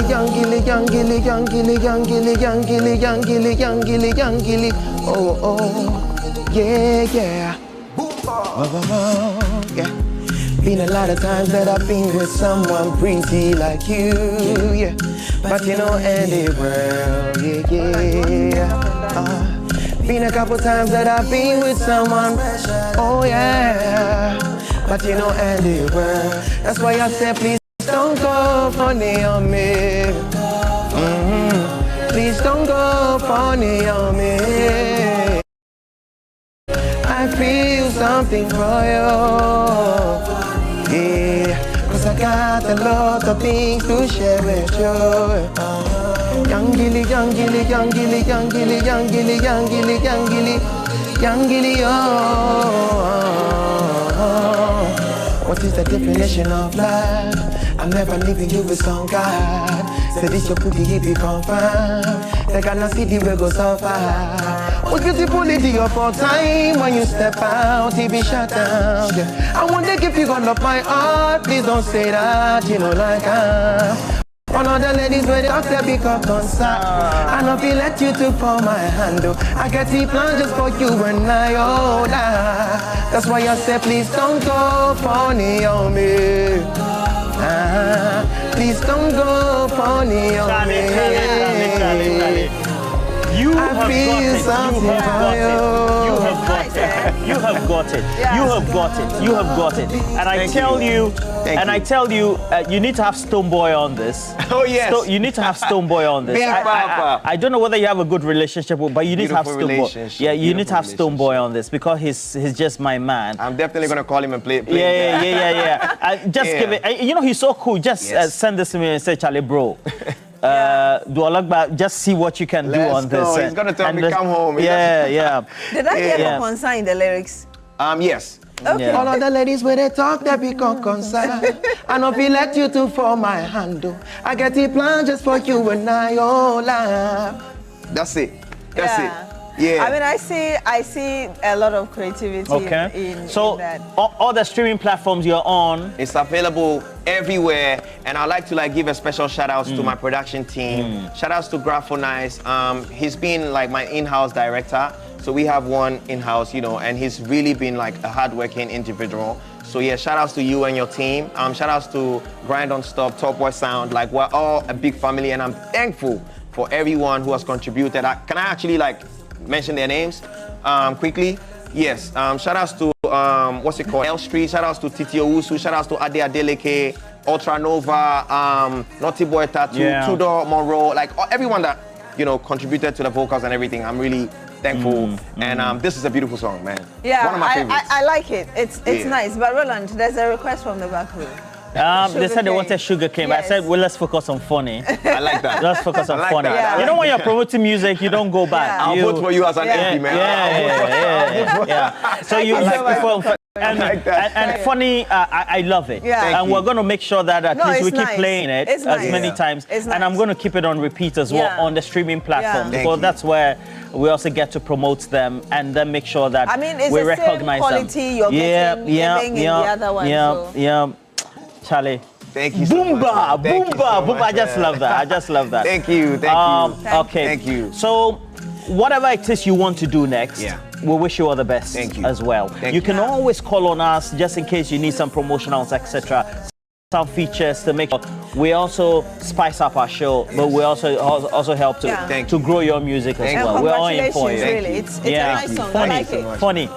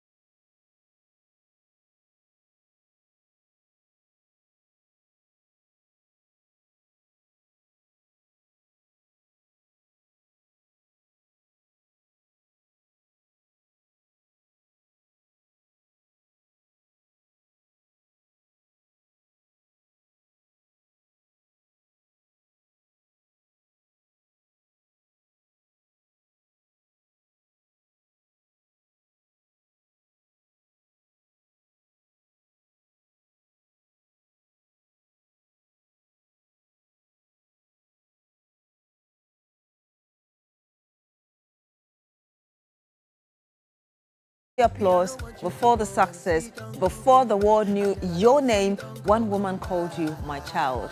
This Mother's Day celebrates that woman with TV3 at the Mother's Day Celebration 2026. The Elegant Mother Edition happening Sunday, 10th of May from 11 a.m. A refined and memorable experience to honor the grace, strength and beauty of motherhood, because all mothers are elegant and yes, deserving of love, and so is your mom. So TV3 Mother's Day Celebration 2026, just celebrate her, celebrate her big. So yes, like I did say, we're going to be celebrating your birthdays just very shortly. A number of you having special days today, but again, 2026 is a year to travel, explore and experience more. Yes.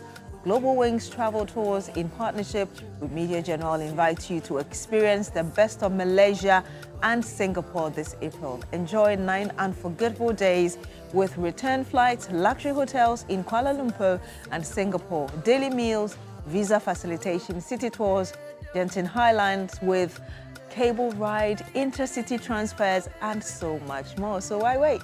Just make your April 2026 Malaysia and Singapore trip a reality. Call or WhatsApp now on 055-01-88-181 or 055-368-8398 today and make it a beautiful one. Remember, the Vitality Health Insurance is also inviting all corporate institutions, associations and groups to be a part of their medical plans. Cut down on medical expenses and enjoy good and quality healthcare at a facility near you. And for more information, you can visit them on www.vitalitymh.com or call on 026 6573 200. So let's get to see which of you is celebrating your birthdays today. Who is first on our list? Yes, Mr. Joseph Opoku Mensah, Lecturer, Department of Information Technology Studies, University of Professional Studies, Accra. Happy birthday to you from Priscilla. Jennifer Amewuga, yes, she's one of our national service persons here, from all of us here at Media General. Charlie, she's looking stunning in that photo shoot. My Lord, this is beautiful. This is La beautiful. ilaha illallah. Jennifer, happy birthday to you. From all of us here. Wow. Roland, I love it. The picture. Yes. Who is next? Bridget McAfee. God bless you, ma'am. Is this one just photo shoot? Eh? I think so. Okay, photo Yeah, shoot. it looks nice. Kwame's. Is it Sage? Or PM Kwame Extra? Sage. Yes. Or PM Extra. Oh, yes. Enjoy your day. I'm told you like watching PM Extra a lot. Roland, that's an allegation I'm refuting. Ruby Jubilee, Mr. Brown, wishing you long life from Benjamin Lamte there. Alone, Krampona. All right, Samson Danso, may God bless you beyond your expectations. Happy birthday, Mr. Danso. Cyrene, is it Cyrene? Uncle Kofi, we wish Serene. you... Serene, yes. Peaceful, peace, love from mom and dad. With Ghana map, Ghana flag actually. Theodora Edem Adia Bahe, we wish you good health and peace from your parents. Yeah. The birthdays, so have they done them? Inspector Nelson Aglago from your wife, happy birthday. Inspector Aglago. Araba from Erica, your cousin, happy birthday. Eric and Erica is a wonderful lady, another wonderful lady. And then Martin Kwame Ishring or Sunyai from your father, Francis Nana Kofi Ishring. Wishing you all the best. I sent one for Dr. Bampo. Has it been done? Have you done Dr. Bampo? No, not haven't yet. Done no, we haven't. Patience Aku Bruce Lamte, because I'm protesting. Patience Aku Bruce Lamte, happy birthday to you. Again, Patience Aku Bruce Lamte. We're doing what is on the screen. Ezekiel from the Concerned National Service of Ghana 2022-23. Happy birthday to you, Ezekiel. And then Emily, happy birthday from Reverend Ellie, your dad. Happy birthday to you. Oh, lovely. Just beautiful. Yes. Reverend Michael Owusu-Amponsan, happy birthday. Mass Service of Christ, the King Church, wishing you all the best. Happy birthday, Reverend. Happy birthday, Reverend Father. Ezekiel, CEO of Easy Multicars. Ezekiel, happy birthday from Fafa, right here. And then also you'll celebrate your birthday, Kwame Sage again, PMX Season 2 housemate from Mama Gandhi. Hey, this guy has been celebrated. But I'm telling you. Ohineba, it's your birthday. Happy birthday to you. Is that not Ramsey Noah's picture I see on there? Kasawara. Humphrey Nisowa. Lots of love from Joanne and Ava. And then also Dr. Victor Asaribampo, your CEO of the National Health Insurance Authority. That's what I sent from Fred and Intelcoms. All right. Oh, Victor. And Dr. then Victor Ezekiel Bampo. again. We're reading what is on the screen. And then Senior Warrant Officer Class 2, Bernard Amuzu of Central Command Headquarters, Ghana Forces Kumasi. Dr. Victor Bampo, again, you're here. I love this one. Beautiful. this one is, yeah, but we're reading what's on screen. What's on screen? Dr. Victor Bampo, happy birthday to you. Yes, Dr. Victor Bampo. And what's on screen is me. So, so happy birthday to you. Oh, no, please. Don't follow Harriet. You'll be. But like, we told you we have cash outs. So let's do some cash outs. It goes to the Shoko Star 439 hash. Yeah. Let's do one at least for Yes. the holiday. So holiday cash out 2,000 cedis going to the winner. 054 6437 ****. And if it's your number, congratulations to you. You won yourself a 2,000 Ghana cedi bonus from all of us to you. Yes. Well. Yes. And then there's another one from Felix Enim at Media General. It was on the. Have we done it? No, we haven't. That's Emanuela Enim. Have you done it? No. No, we haven't done this it. Is the protest. These are the things I'm complaining about. Shadrach, do that one and let's go. It's a holiday, please. Do that one. Even Nelson Akotia, you didn't do it. He's a regular watcher for us. You didn't do it. Celestine, you didn't do it. The discrimination against some of us in this company by the producers, we have to protest. I think we need to call it a show for today, right? Huh? We need to call it a show. And then let me say a very good morning to the family of Godwin Tamaklo. That's Godwin Tamaklo is the group CEO for Raid Group. I put it there as well. They didn't do it, but happy birthday to you, Togbiga. And it's from all of us, Eduji and everybody else. Eduji Tamaklo also watching us this morning. Yeah. He happens to be home this morning, so nice. He's lucky. He's usually very busy, so wishing you all the best for the day. But whatever you're doing, please know that God is with you. Yeah. We'll be here same time tomorrow. Bye-bye. Forget about Shadrach Abbey. Pretty like you, yeah. But you know anywhere. Been a couple times that I've been with someone special.